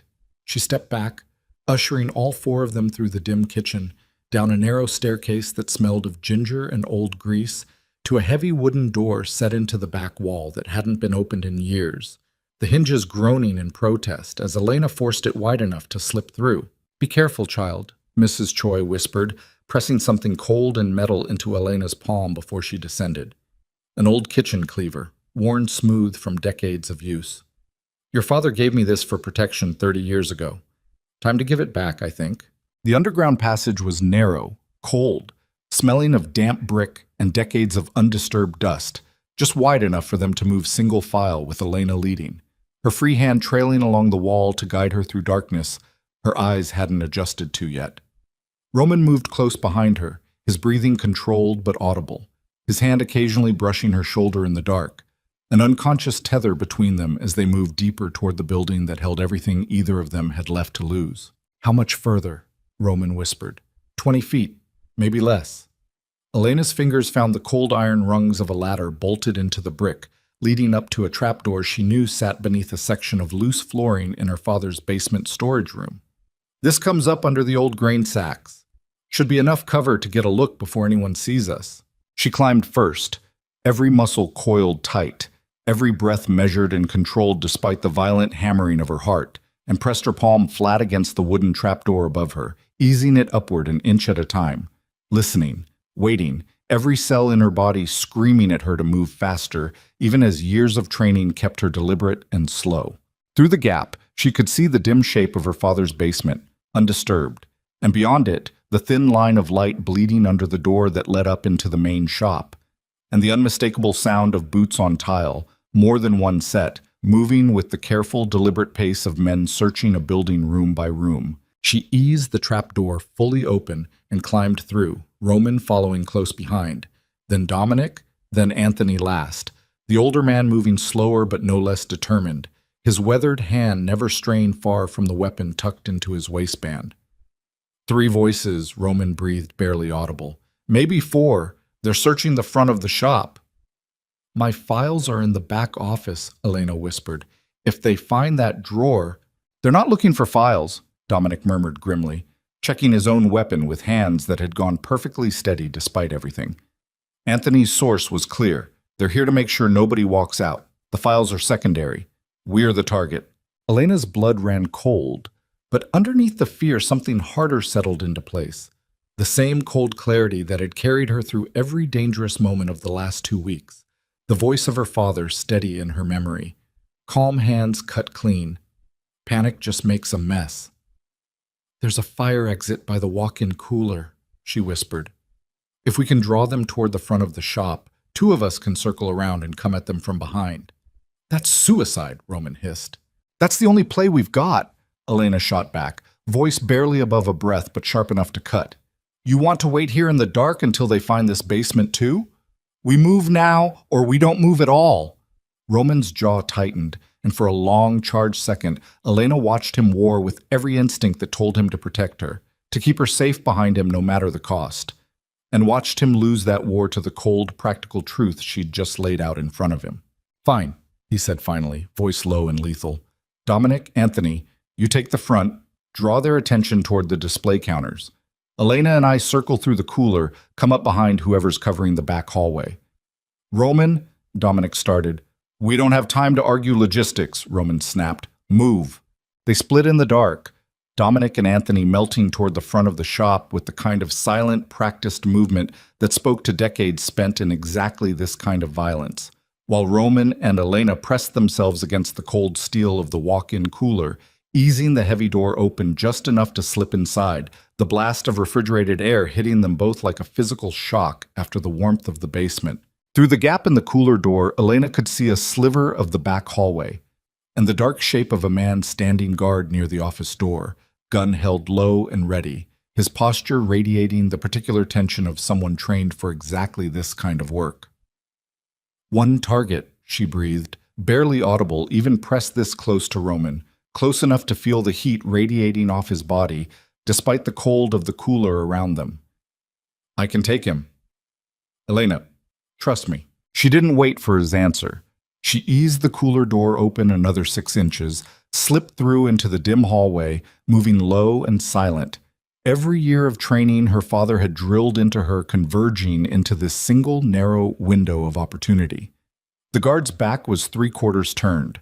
Attention split between the front of the shop and a radio clipped to his shoulder that crackled faintly with static. She closed the distance in 4 silent steps and drove the heel of her palm into the base of his skull with everything she had, following it immediately with a sharp twist of his weapon hand that wrenched the gun free before he could even register what was happening. He staggered, disoriented, and Roman emerged from the shadows behind her, driving a fist into the man's jaw that dropped him cold against the tile floor with a heavy, final thud.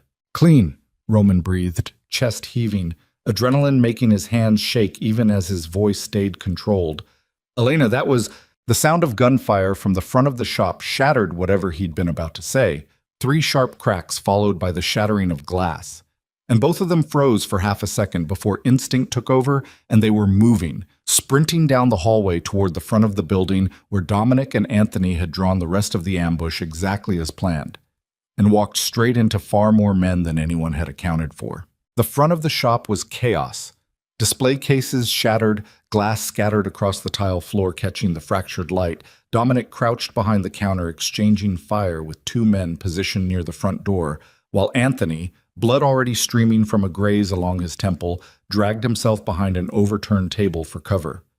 "4 of them," Dominic shouted over the gunfire, voice tight with strain. "Maybe 5. There's another position by the side window." A bullet tore through the air, close enough to Roman's head that Elena felt the displacement of it against her cheek, and pure instinct took over, her body moving before conscious thought could catch up, dragging Roman down behind the heavy steel prep table, just as another round splintered the wood inches from where his head had been. "You almost—" Roman's voice was raw, shaking, his hand gripping her arm hard enough to bruise as he stared at her with something close to panic. "Elena, you could have—" "I didn't," she said, breathing hard, adrenaline making everything sharp and bright and terrifyingly clear. "Focus! We need to even these odds before Dominic and Anthony run out of cover." Roman's face hardened, the fear transforming into something colder, more lethal, the same predatory focus she'd seen the very first night he'd walked into her shop expecting to find easy prey. He checked the weapon he'd taken off the guard in the hallway, ejected the magazine to check the count, and slammed it back home with a sharp, decisive click. "Stay behind me." Not a chance. There wasn't time to argue further. Roman rose from behind the prep table, firing 2 controlled shots toward the front window that drove one of the gunmen back behind the doorframe, buying Dominic enough time to reload and return fire with renewed precision. Elena moved low along the side of the counter, working her way toward the side window position Dominic had warned them about. The cleaver Mrs. Choi had given her gripped tight in one hand, every nerve in her body screaming with a mixture of terror and a strange electric clarity she'd never experienced before. She came around the corner of the meat display case just as the 5th gunman, younger than the others, nervous energy radiating off him in waves she recognized immediately, the same desperate, hired muscle energy as the man who'd broken into her shop days earlier, swung his weapon toward her. Time slowed. She saw his finger tightening on the trigger, saw the exact angle of the barrel rising toward her chest, and her body moved on pure instinct, diving sideways into the meat display case as the shot cracked through the air where she'd been standing half a second earlier, glass exploding around her, shards biting into her exposed forearm as she hit the floor hard and rolled, came up swinging the cleaver in a wide, desperate arc that caught the gunman's wrist and sent his weapon clattering across the tile. He screamed more in shock than pain and lunged at her barehanded, and Elena met him with everything her father had ever taught her. Every pressure point, every disabling strike, years of muscle memory, built one quiet lesson at a time, finally unleashing in a violence that felt both foreign and inevitable. She drove her knee into his stomach, followed with an elbow to his temple that staggered him, and finished it with a strike to his throat that dropped him gasping to the floor beside his own discarded weapon. She was bleeding from a dozen small cuts along her arm, her breath tearing ragged out of her chest, blood and sweat mixing on her skin. But she was standing, and the gunman wasn't getting back up. "Elena!" Roman's voice, raw with panic, cutting through the chaos. "Behind you!" She spun just in time to see the last gunman, the leader, she realized, the only one wearing something close to tactical gear instead of the casual mismatched clothing of hired muscle.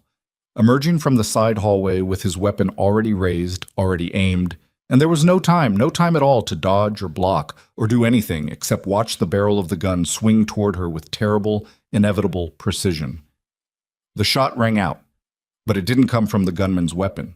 Roman had thrown himself across the space between them, his own gun raised, firing twice in rapid succession, and the leader staggered, his shot going wide, shattering what remained of the front window instead of finding its target. He crumpled against the doorframe, weapon slipping from his fingers, and the shop fell suddenly, violently silent, except for the ragged breathing of everyone still standing. Elena's ears rang. Her arm throbbed where the glass had cut deep, blood running warm down to her wrist, dripping onto the tile floor of her father's shop, in a pattern that looked horribly similar to every animal she'd ever broken down on this very counter. She turned to find Roman already moving toward her, his own face streaked with sweat and a thin line of blood from a graze along his cheekbone, his hands shaking as he reached for her, checking the cuts along her arm with a desperation that had nothing to do with strategy and everything to do with something neither of them had named yet. "You're bleeding," he said, voice cracking. "So are you." "I don't care about me." His hands cupped her face, careful despite the violence still humming through both their bodies, his thumb brushing blood and sweat from her cheek with a tenderness that felt impossibly out of place in a room full of broken glass and unconscious men. "I almost lost you. Twice tonight. I can't—" The sound of a radio crackling near the fallen leader's body cut through whatever he'd been about to say, both of them freezing as a voice crackled through, tinny and distant, asking for a status update, asking if the targets had been secured. Dominic limped over from behind the counter, blood soaking through the sleeve of his shirt where a bullet had grazed him, his face grim as he crouched beside the fallen leader and pulled the radio free from the man's jacket. "This isn't over," he said, voice tight with pain and certainty both. "This was the first wave. Whoever's running this operation, they're listening on the other end of that radio right now, waiting to hear that we're dead. The second they realize we're not, they're going to send everything they've got." Anthony pulled himself up from behind the overturned table, pressing a bloodied handkerchief against the graze along his temple, his 68-year-old frame trembling with adrenaline and exhaustion both. "He's right. Vincent's not going to send 5 men and call it a night. If this was a real attempt, there's a second team somewhere close, ready to finish the job the second this one reports failure." Roman's hands tightened against Elena's face for one more second before he forced himself to release her, turning to survey the wreckage of the shop with a cold, calculating focus that pushed every trace of softness back behind the armor he'd spent 3 years building. "Then we don't give them the chance to regroup," he said, voice hardening into something lethal. "Dominic, can you get a location off that radio? Triangulate where the signal's coming from." "Maybe. It'll take time we might not have." "Make the time." Roman turned back to Elena, and for one more second, the softness flickered back into his eyes before he forced it down again. "Elena, I need you to think. Vincent's been planning this for years. He doesn't just want the family business. He wants me gone, completely, and he wants it to look clean, like an internal collapse instead of a hostile takeover. If tonight was supposed to end with all of us dead in your father's shop, what's his story afterward? How does he explain it?" Elena's mind raced, pieces clicking together through the haze of adrenaline and pain, the cold, analytical part of her brain that her father had spent years sharpening, cutting through the panic to find the shape of the answer. "A turf war," she said slowly. "He frames it as a turf war gone wrong. The Irish syndicate, the Costello family, caught in the crossfire of a dispute over territory, with you and your closest people conveniently dead in the middle of it, leaving the family leaderless and desperate for someone to step in and restore order. And he's standing right there ready to be that someone," Roman finished grimly. "Family blood, already established, already trusted by half the captains who remember him from before he got sent to Chicago. Nobody questions a cousin stepping up to save a family in crisis." "Which means," Anthony said, voice grim, pressing harder against his bleeding temple, "he can't let any of us walk out of here to tell a different story. Dead men don't contradict a narrative, Roman. We're not just targets anymore. We're the only people alive who know the truth." The radio crackled again, the distant voice growing more urgent, demanding a response, and all 4 of them stood in the wreckage of the shop, blood and glass and broken trust scattered across the floor around them, understanding with brutal, undeniable clarity that whatever came next wouldn't be another skirmish, wouldn't be another careful exchange of evidence and accusation. It would be the end. One way or another, tonight, somebody's story was going to stop being written. "There's only one way this ends clean," Roman said finally, voice gone cold and certain in a way that made Elena's chest tighten, with something that felt dangerously close to dread. "We go to him. Tonight.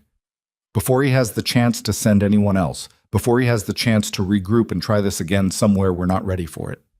"Roman, that's exactly what he wants," Elena said. "Walking into wherever he's hiding, exhausted, bleeding, outnumbered." "He doesn't know we survived yet," Roman cut in, gesturing toward the radio still crackling uselessly in Dominic's hand. "For the next few minutes, as far as Vincent knows, his men finished the job. That's the only advantage we're going to get tonight, and it's not going to last. We use it now, or we lose it completely." Dominic was already working at the radio, fingers moving fast despite the blood soaking through his sleeve, an old, practiced skill surfacing through the chaos. "Give me 2 minutes. If I can isolate the frequency, get a rough location off the signal strength." "Do it!" Elena looked down at her own bleeding arm, at the shattered glass and scattered blood across the floor of the shop her father had built with his own hands over 30 years. The shop that had somehow become the center of a war she'd never asked to fight. And felt something settle inside her chest, cold and absolute and entirely unlike the fear she probably should have been feeling. "If we're doing this," she said, voice steady despite the blood still dripping from her arm, "I'm not staying behind." "Elena, don't." Her eyes locked on his, fierce and unyielding, the same look she'd given him the very first night with a knife pressed to his throat. "You don't get to protect me by leaving me out of the part that actually matters. I've been in this since the moment Sal Bruno walked into my shop. I'm not stopping now just because it's about to get worse." Roman stared at her for a long moment, something complicated and raw moving behind his eyes. Fear, frustration, and underneath both of those, something that looked dangerously close to the particular helplessness of a man who'd just realized he could no longer separate his own survival from someone else's. "Got it," Dominic said suddenly, looking up from the radio with grim satisfaction cutting through the pain etched across his face. "Signals coming from an old shipping warehouse off the reserve channel, down by the waterfront. It's one of the Costello family's properties. Used to run legitimate cargo through there 20 years ago before my father shifted operations elsewhere. Vincent's hiding in our own family's old warehouse," Roman said, something dark and furious twisting across his face. "Using our own history against us." "That's not hiding," Anthony said grimly, finally lowering the bloodied handkerchief from his temple, his old eyes sharp despite the pain etched into every line of his face. "That's a message. He wants you to know exactly where to find him, Roman. He's not running. He's waiting." The shop fell silent except for the distant wail of a siren somewhere blocks away. Drawing closer, someone in the neighborhood finally having called in the gunfire, and Roman's jaw tightened with the cold calculation of a man running out of time on every front at once. "We need to move before the police arrive and complicate everything," he said. "Dominic, Anthony, can you both still fight?" "Try and stop us," Dominic said grimly, despite the blood still soaking through his sleeve. Roman turned to Elena one final time, and in his eyes she saw the full weight of everything that had brought them to this moment. The knife at his throat the first night, the secrets buried in her father's hidden files, the growing, dangerous thing that had built itself between them across 2 weeks of blood and betrayal and reluctant trust. "If we walk into that warehouse," he said quietly, "there's no version of tonight where everyone walks back out untouched. You understand that?" "I understood that the second I picked up that cleaver," Elena said, gripping the bloodied blade tighter in her hand, her father's voice steady in her memory even now, especially now. "Let's finish this." Outside, the sirens grew louder, and somewhere across the city, in an old warehouse that still smelled faintly of salt water and rust. Despite 20 years of disuse, Vincent Costello stood waiting in the dark, a radio in his hand gone ominously silent, beginning to understand that the report he'd been expecting was never going to come, and that the family he thought he'd already destroyed was instead coming straight for him, with nothing left to lose and everything left to prove. The warehouse rose out of the waterfront dark like something already dead, corrugated steel walls streaked with 20 years of rust, the old Costello shipping logo barely visible beneath layers of grime and salt air. Roman parked 2 blocks out, killing the engine, and for a moment the four of them sat in silence. The only sound their own ragged breathing and the distant slap of harbor water against pilings. "Last chance to wait this one out," Roman said, not looking at Elena, though everyone in the car understood exactly who he was talking to. "Drive faster next time if you don't want me along," Elena said, already checking the cleaver in her grip, the gun she'd taken off the unconscious shooter back at the shop tucked into her waistband, cold against her hip. Dominic was the first one out, moving with the controlled limp of a man ignoring a bullet wound through sheer stubbornness, scanning the loading dock entrance with the same patient calculation he'd used his whole career. Anthony followed slower, blood still crusted along his temple, but his eyes were sharp, alert. A 68-year-old body running on nothing but decades of discipline and the particular fury of a man who'd just learned how badly he'd been played. The side door hung slightly ajar, light spilling out in a thin yellow line across the wet asphalt. An invitation. "He's expecting us," Roman murmured. "He's expecting bodies," Elena corrected, "not us walking in upright." They moved through the door in a low crouch, weapons raised, and found themselves in a cavernous space stacked with rusted shipping containers, the air thick with the smell of salt and motor oil, and something colder underneath. The particular silence of a place built for violence and emptied out for exactly that purpose. In the center of the open floor, under a single hanging work light that swayed slightly in a draft from somewhere, stood Vincent Costello. He looked nothing like what Elena had pictured. Not some snarling caricature of betrayal, but a man in his late 30s with Roman's same dark hair, the same set jaw, family resemblance unmistakable even across the distance. Except where Roman's eyes carried a controlled, simmering intensity, Vincent's were flat, almost bored, the eyes of a man who'd spent so long rehearsing this moment in his head that the reality barely registered as real anymore. "You're late," Vincent said, voice carrying easily across the empty warehouse. "I expected my report 20 minutes ago." "Your men are dead or unconscious on the floor of a butcher shop," Roman said, stepping forward, weapon steady despite the visible tremor of exhaustion running through his whole body. "You're going to have to settle for me delivering the news in person." Vincent's expression didn't change, not even a flicker, and that absence of reaction unsettled Elena more than rage would have. "Disappointing. I paid good money for competence."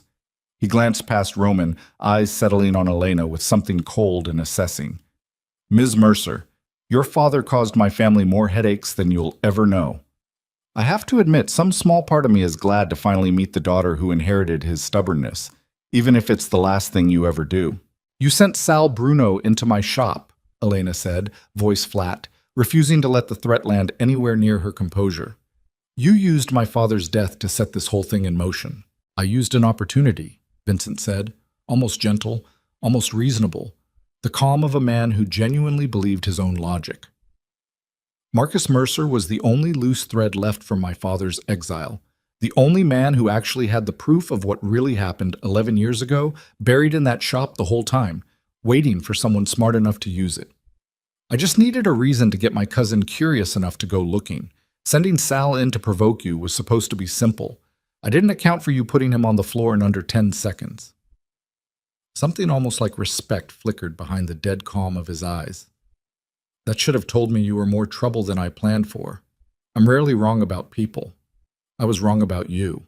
11 years, Roman said, voice shaking now, not with fear, but with something closer to grief curdling into fury. "You've been planning this for 11 years, Vincent. We grew up together.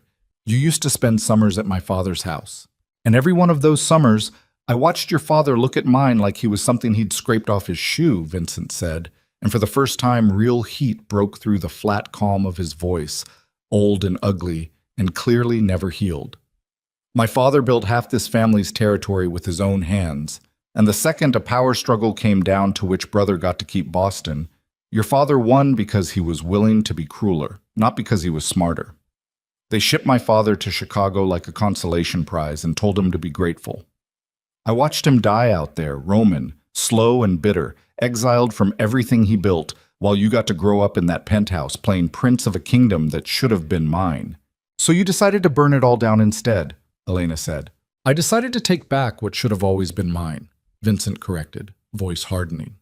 And I would have managed it clean, quiet, if your father hadn't kept those records. If you hadn't gone digging through them instead of selling the shop and walking away like any sensible person would have. His eyes flicked to Roman. You should have let your organization fall apart from the inside, cousin. Suspicion, paranoia, you turning on Dominic, that was working beautifully until she started pulling threads I needed left alone. Dominic's jaw tightened, weapon raising slightly. You set me up. 11 years of loyalty, and you were willing to burn me for it without blinking. Nothing personal, Dominic. You were simply useful as a distraction. Vincent's gaze swept across all four of them, calculating, patient. A man who still believed, even standing alone in an empty warehouse with four armed people in front of him, that he held every advantage in the room. Which brings us to the part where I explain why none of you are leaving this building. He raised two fingers, a small, almost lazy gesture, and the sound of multiple footsteps emerged from behind the stacked containers on either side of the warehouse floor. 6 men, maybe 7, weapons already raised, emerging from positions that had clearly been prepared and waiting long before any of them had walked through that door. You didn't think I'd come alone to watch you fail twice in one night, did you? Vincent said, almost gently. I told you. I'm rarely wrong about people. I knew you'd survive the shop. I knew you'd come here anyway because that's exactly the kind of reckless, prideful mistake my cousin has always made. So I prepared accordingly. The warehouse went deathly quiet. The only sound the soft creak of the swaying worklight and the ragged breathing of 4 exhausted, bleeding people staring down the barrels of 7 fresh weapons with nothing left in reserve but desperation. Roman, Elena breathed, barely audible. I know. Drop your weapons, Vincent said, voice gone cold and final. Or this gets considerably less clean than I was planning. For one terrible, suspended second, nobody moved. Elena's mind raced through every possibility, every angle, every desperate calculation her father had ever drilled into her, and found nothing. No clever exit, no hidden advantage, just 4 exhausted people and 7 loaded guns in an empty warehouse that smelled like rust and inevitability. It was Anthony who moved first. The old man's hand, the one not pressed against his bleeding temple, dropped slowly toward his waistband. And Elena understood, in the half-second before it happened, that he wasn't reaching for surrender. Anthony, don't! Roman started. Anthony fired first, catching the nearest gunman in the shoulder, and the warehouse exploded into chaos. Elena hit the ground instinctively, rolling behind the nearest shipping container as gunfire tore through the space where she'd been standing, the deafening crack of it bouncing off corrugated steel walls until the whole world seemed to be nothing but noise and muzzle flash and the acrid bite of gunpowder. She came up firing, 2 shots toward the silhouette of a gunman advancing on Dominic's flank, missing wide but buying enough hesitation for Dominic to drop low and return fire with brutal precision. Roman had gone to ground near the center of the floor, exchanging fire with 2 men advancing from his left, his face a mask of cold, focused fury, every shot controlled despite the chaos exploding around him. Elena watched, heart in her throat, as a round caught his shoulder, spinning him sideways with a sharp cry of pain that he swallowed almost instantly, forcing himself back upright, weapons still raised. Roman! I'm fine, keep moving. She wasn't fine, but there was no time to argue. No time to do anything except keep moving, keep fighting, keep breathing through the chaos as the warehouse became a maze of muzzle flash and shouting and the specific terrible music of violence at its most chaotic. Elena ducked behind another container, breath tearing in her lungs, blood from the glass cuts on her arm mixing with fresh sweat, and forced herself to think instead of simply react. 6 men. Maybe 5 now, with Anthony's first shot landing true. Dominic was pinned but holding. Roman was wounded but upright. And somewhere in the chaos, Vincent Costello had retreated toward the back of the warehouse, using the confusion as cover, exactly the kind of careful, calculated self-preservation Elena had expected from a man who'd spent 11 years orchestrating other people's destruction from a comfortable distance. She wasn't letting him disappear into the shadows again. She moved low and fast along the edge of the containers, putting herself between the chaos of the main firefight and the back corridor where she'd glimpsed Vincent's retreating shape, every instinct her father had ever taught her converging into a single, narrow point of focus. She found him in a side office, the door half closed. Vincent standing at a desk with a phone pressed to his ear, voice low and urgent, calling for something. Reinforcements. An exit plan? She didn't know and didn't care. She kicked the door fully open. Vincent spun, phone clattering to the floor, his hand already moving toward the weapon at his hip. But Elena was faster, had been faster her entire life without ever fully understanding why, until a man with a knife to his throat had told her the truth about her father 2 weeks ago. She crossed the distance in 3 strides and drove the cleaver down in a controlled arc, not toward his throat, not a killing strike, but hard enough to bury the blade into the wooden desk an inch from his reaching hand, close enough that he froze completely, staring at the blade quivering inches from his fingers. "Don't," Elena said, weapon raised now, leveled at his chest, her voice steady despite the chaos still echoing from the main floor behind her. "Don't make me finish what my father should have started 11 years ago." Vincent's flat calm finally cracked, something raw and afraid bleeding through for the first time since they'd walked into this warehouse. "You won't shoot me. You're not like them. Your father kept secrets, sure, but he never pulled a trigger in his life. I know his record. I know exactly what kind of man he was." "You don't know anything about my father," Elena said, voice low and dangerous, "except what was useful for you to learn so you could use his death against his own daughter. You sent men into his shop. You put your hands on a building he built with 30 years of his life. You don't get to tell me what I am or what I'm not capable of." The gunfire from the main floor was dying down, replaced by shouts, by the distinct sound of Dominic's voice calling out that the warehouse was clear, that the last of Vincent's men had either fled or fallen. Elena kept her weapon trained on Vincent, her hand steady despite the adrenaline and exhaustion screaming through every muscle in her body, and watched the last of his composure crumble into something desperate. "This doesn't end the way you think it does," Vincent said, voice cracking. "Even if you kill me here, the Irish syndicate's already moved against 3 of Roman's shipments this month. The damage is done. His organization is already bleeding out. You think killing me saves him?" "I think," Elena said, "that you're a coward who built 11 years of resentment into an excuse to hurt people who never did anything to you, and I think the only thing that's going to save you right now is the fact that I'm not the one who gets to decide what happens to you." She glanced past him, toward the doorway, where Roman now stood, weapon raised, blood soaking through the shoulder of his shirt, his face a mask of controlled fury, staring at the cousin who'd spent over a decade planning his destruction. "Roman," Vincent breathed, something almost like relief in his voice, the desperate hope of a man clinging to family ties even now. "Cousin, we can talk about this.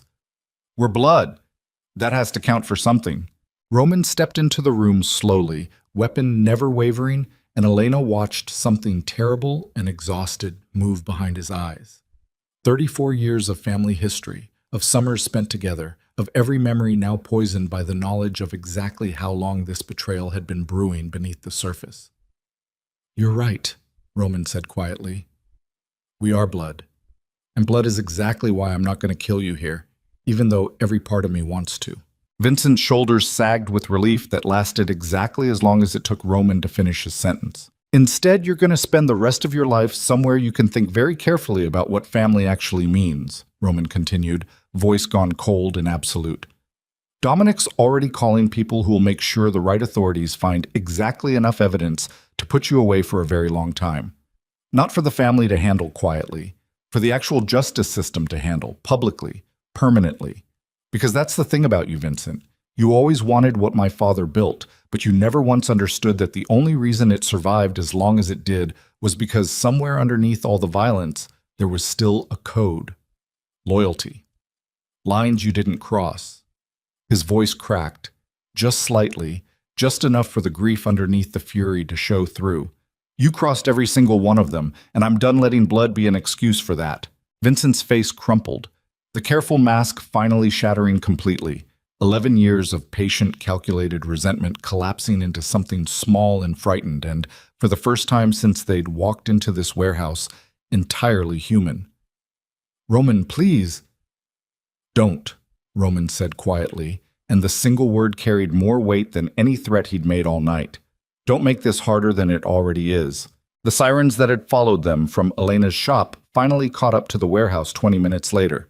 But by then, Dominic had already made the calls that mattered. Careful, precise calls to people who existed in the particular gray space between organized crime and law enforcement that men like him had spent decades cultivating. By the time uniformed officers arrived, Vincent Costello sat zip-tied and silent in the corner of the warehouse office, surrounded by enough physical evidence, recordings, financial records, 11 years of carefully documented betrayal that Anthony and Dominic had assembled in the hours since this nightmare began, to ensure that whatever happened next would happen in a courtroom, in daylight, permanently. Elena sat on the loading dock outside, the cold harbor air doing little to cool the adrenaline still burning through her veins, watching paramedics work on the shoulder wound that had torn through Roman's flesh an inch from anything vital. He winced as they cleaned it, jaw tight, but his eyes never left her, watching her with an intensity that had nothing to do with the pain radiating through his own body. "You should let them look at your arm," he said, nodding toward the dried blood crusted along her forearm where the glass had cut deep. "I will, after they finish with you." "Elena, I'm not going anywhere, Roman." Something in his face shifted at that. Exhaustion and relief, and something far more complicated all moving across his features at once. And for a long moment, neither of them said anything else, just sat in the cold harbor air, listening to the distant sound of more sirens, the chaos of a war finally, definitively over. "My father built something ugly," Roman said finally, voice quiet, almost lost beneath the harbor wind. "I spent 3 years telling myself I was just protecting it, holding it together because that's what was expected of me. Tonight, watching my own cousin try to burn it all down out of 11 years of bitterness, watching what that kind of resentment does to a person, what it costs everyone around them. I don't know if I want to keep protecting it anymore. Not like this. Not built on fear." "So don't," Elena said simply. "It's not that easy. Nothing ever is." She turned to look at him fully, blood and exhaustion etched into both their faces. Two people who'd started this as strangers on opposite sides of a knife and ended it as something neither of them had a clean word for yet. "But you've got Dominic, you've got Anthony, you've got an entire neighborhood full of people who watched you choose to protect them instead of exploit them, starting with one stubborn butcher's daughter who refused to pay protection money. That's not nothing, Roman. That's actually the beginning of something better, if you're willing to build it." Roman studied her for a long moment, something tender and uncertain moving behind his exhausted eyes. "You'd help with that? Building something better?" "I helped you find a traitor, survive an ambush, and watched you almost get shot twice in one night," Elena said, the faintest hint of a tired smile finally breaking through her exhaustion. "I think I'm already more invested in this than I planned on being." 6 months passed, and the rebuilding happened slowly, in the way real change always does. Not in dramatic gestures, but in small, deliberate choices made over and over until they became habit, became culture, became the new shape of something that had been broken for a very long time. Mercer and Son reopened with a fresh coat of paint and a new sign that Elena had commissioned to read simply Mercer's, no longer needing the false promise of a son who'd never existed. The shop standing as a testament to a woman who'd inherited far more than she'd ever known. Local business owners along Dorchester Avenue stopped paying protection money entirely. The Costello family's presence in the neighborhood transformed from extortion into something that almost resembled actual community investment. Storefronts repaired, a youth center funded anonymously, the particular quiet generosity of a man trying to build something worth the cost of what it had taken to get there. Dominic recovered fully from his gunshot wound and took over day-to-day security operations with a renewed sense of purpose. His loyalty to Roman deeper than ever, the betrayal of false accusation healed slowly through the steady proof of trust, rebuilt one decision at a time. Anthony retired from active involvement but remained close, a quiet advisor whenever Roman needed the perspective of someone who'd watched 3 generations of this family rise and fall and rise again. Vincent Costello's trial made headlines for exactly as long as these things usually do, before the city's attention moved on to the next scandal, the next crisis. And somewhere in a federal facility upstate, a man who'd spent 11 years planning a takeover finally had nothing left to plan at all. Just decades of quiet time to consider exactly what his resentment had cost him. And Roman Valenti, slowly, carefully, began to understand what it meant to lead something without fear as the foundation. On a clear evening in early autumn, almost exactly a year after a black SUV had first pulled up outside a small butcher shop in the rain, Roman walked through the door of Mercer's without bodyguards, without an entourage, just a man in a simple jacket carrying a small paper bag that he set carefully on the counter. Elena looked up from where she was closing out the register, the easy, tired smile that crossed her face, now nothing like the guarded wariness of that first terrible night. "You're late." "Traffic," Roman said, though they both knew it wasn't true, that he simply preferred walking these days, preferred feeling the actual weight of the neighborhood under his own feet instead of watching it pass by behind tinted glass. "What's in the bag?" "Cannoli, from the place on Hanover that Anthony swears by." He set it down, leaning against the counter in a posture that had become so familiar over the last year that it no longer registered as strange. The most feared man in South Boston, comfortable, unguarded, in a butcher shop that smelled of sawdust and old blood and something that had slowly, quietly become like a second home. "You spoil me. You earned it, putting up with me for a year." Roman's voice carried a lightness that hadn't existed in him a year ago. A weight lifted that neither of them spoke about directly anymore. The particular piece of two people who'd survived something together and come out the other side changed by it. Elena finished locking the register, came around the counter, and for a moment they simply stood together in the quiet of the closed shop, the evening light slanting gold through the front windows. The street outside, finally, genuinely peaceful in a way it hadn't been in years. "My father used to say something," Elena said quietly, looking toward the old photograph she'd hung behind the counter. Marcus Mercer, younger, smiling, an apron identical to the one she still wore every single day. "Strength isn't about being the most dangerous person in the room. It's about being the person somebody else can stand next to without fear." I used to think that was just something he said to make a butcher shop sound noble. I understand it differently now. Roman reached for her hand, calloused fingers lacing through hers with the easy familiarity of something built slowly, deliberately, over months of choosing each other again and again, even when it would have been easier not to. "The strongest person I've ever known," he said quietly, "was never one of my soldiers. Wasn't my father, wasn't Dominic, wasn't anyone I spent years afraid of disappointing. It was a woman who held a knife to my throat the first night I met her and never once let me forget that fear isn't the same thing as respect." Elena smiled, tired and real and entirely unguarded, the particular smile of someone who'd finally stopped waiting for the other shoe to drop, who'd built something solid enough to trust completely. "True strength," she said, echoing words that felt less like something she was repeating and more like something she'd finally earned the right to say herself, "isn't measured by how much fear you can create. It's measured by who's still standing beside you when everything's already been taken from you and there's nothing left to gain from staying." Outside, the neighborhood lights began flickering on one by one against the deepening blue of the evening sky, warm and steady, illuminating a street that had spent years living in fear and was finally, slowly, learning what it felt like to simply exist without it.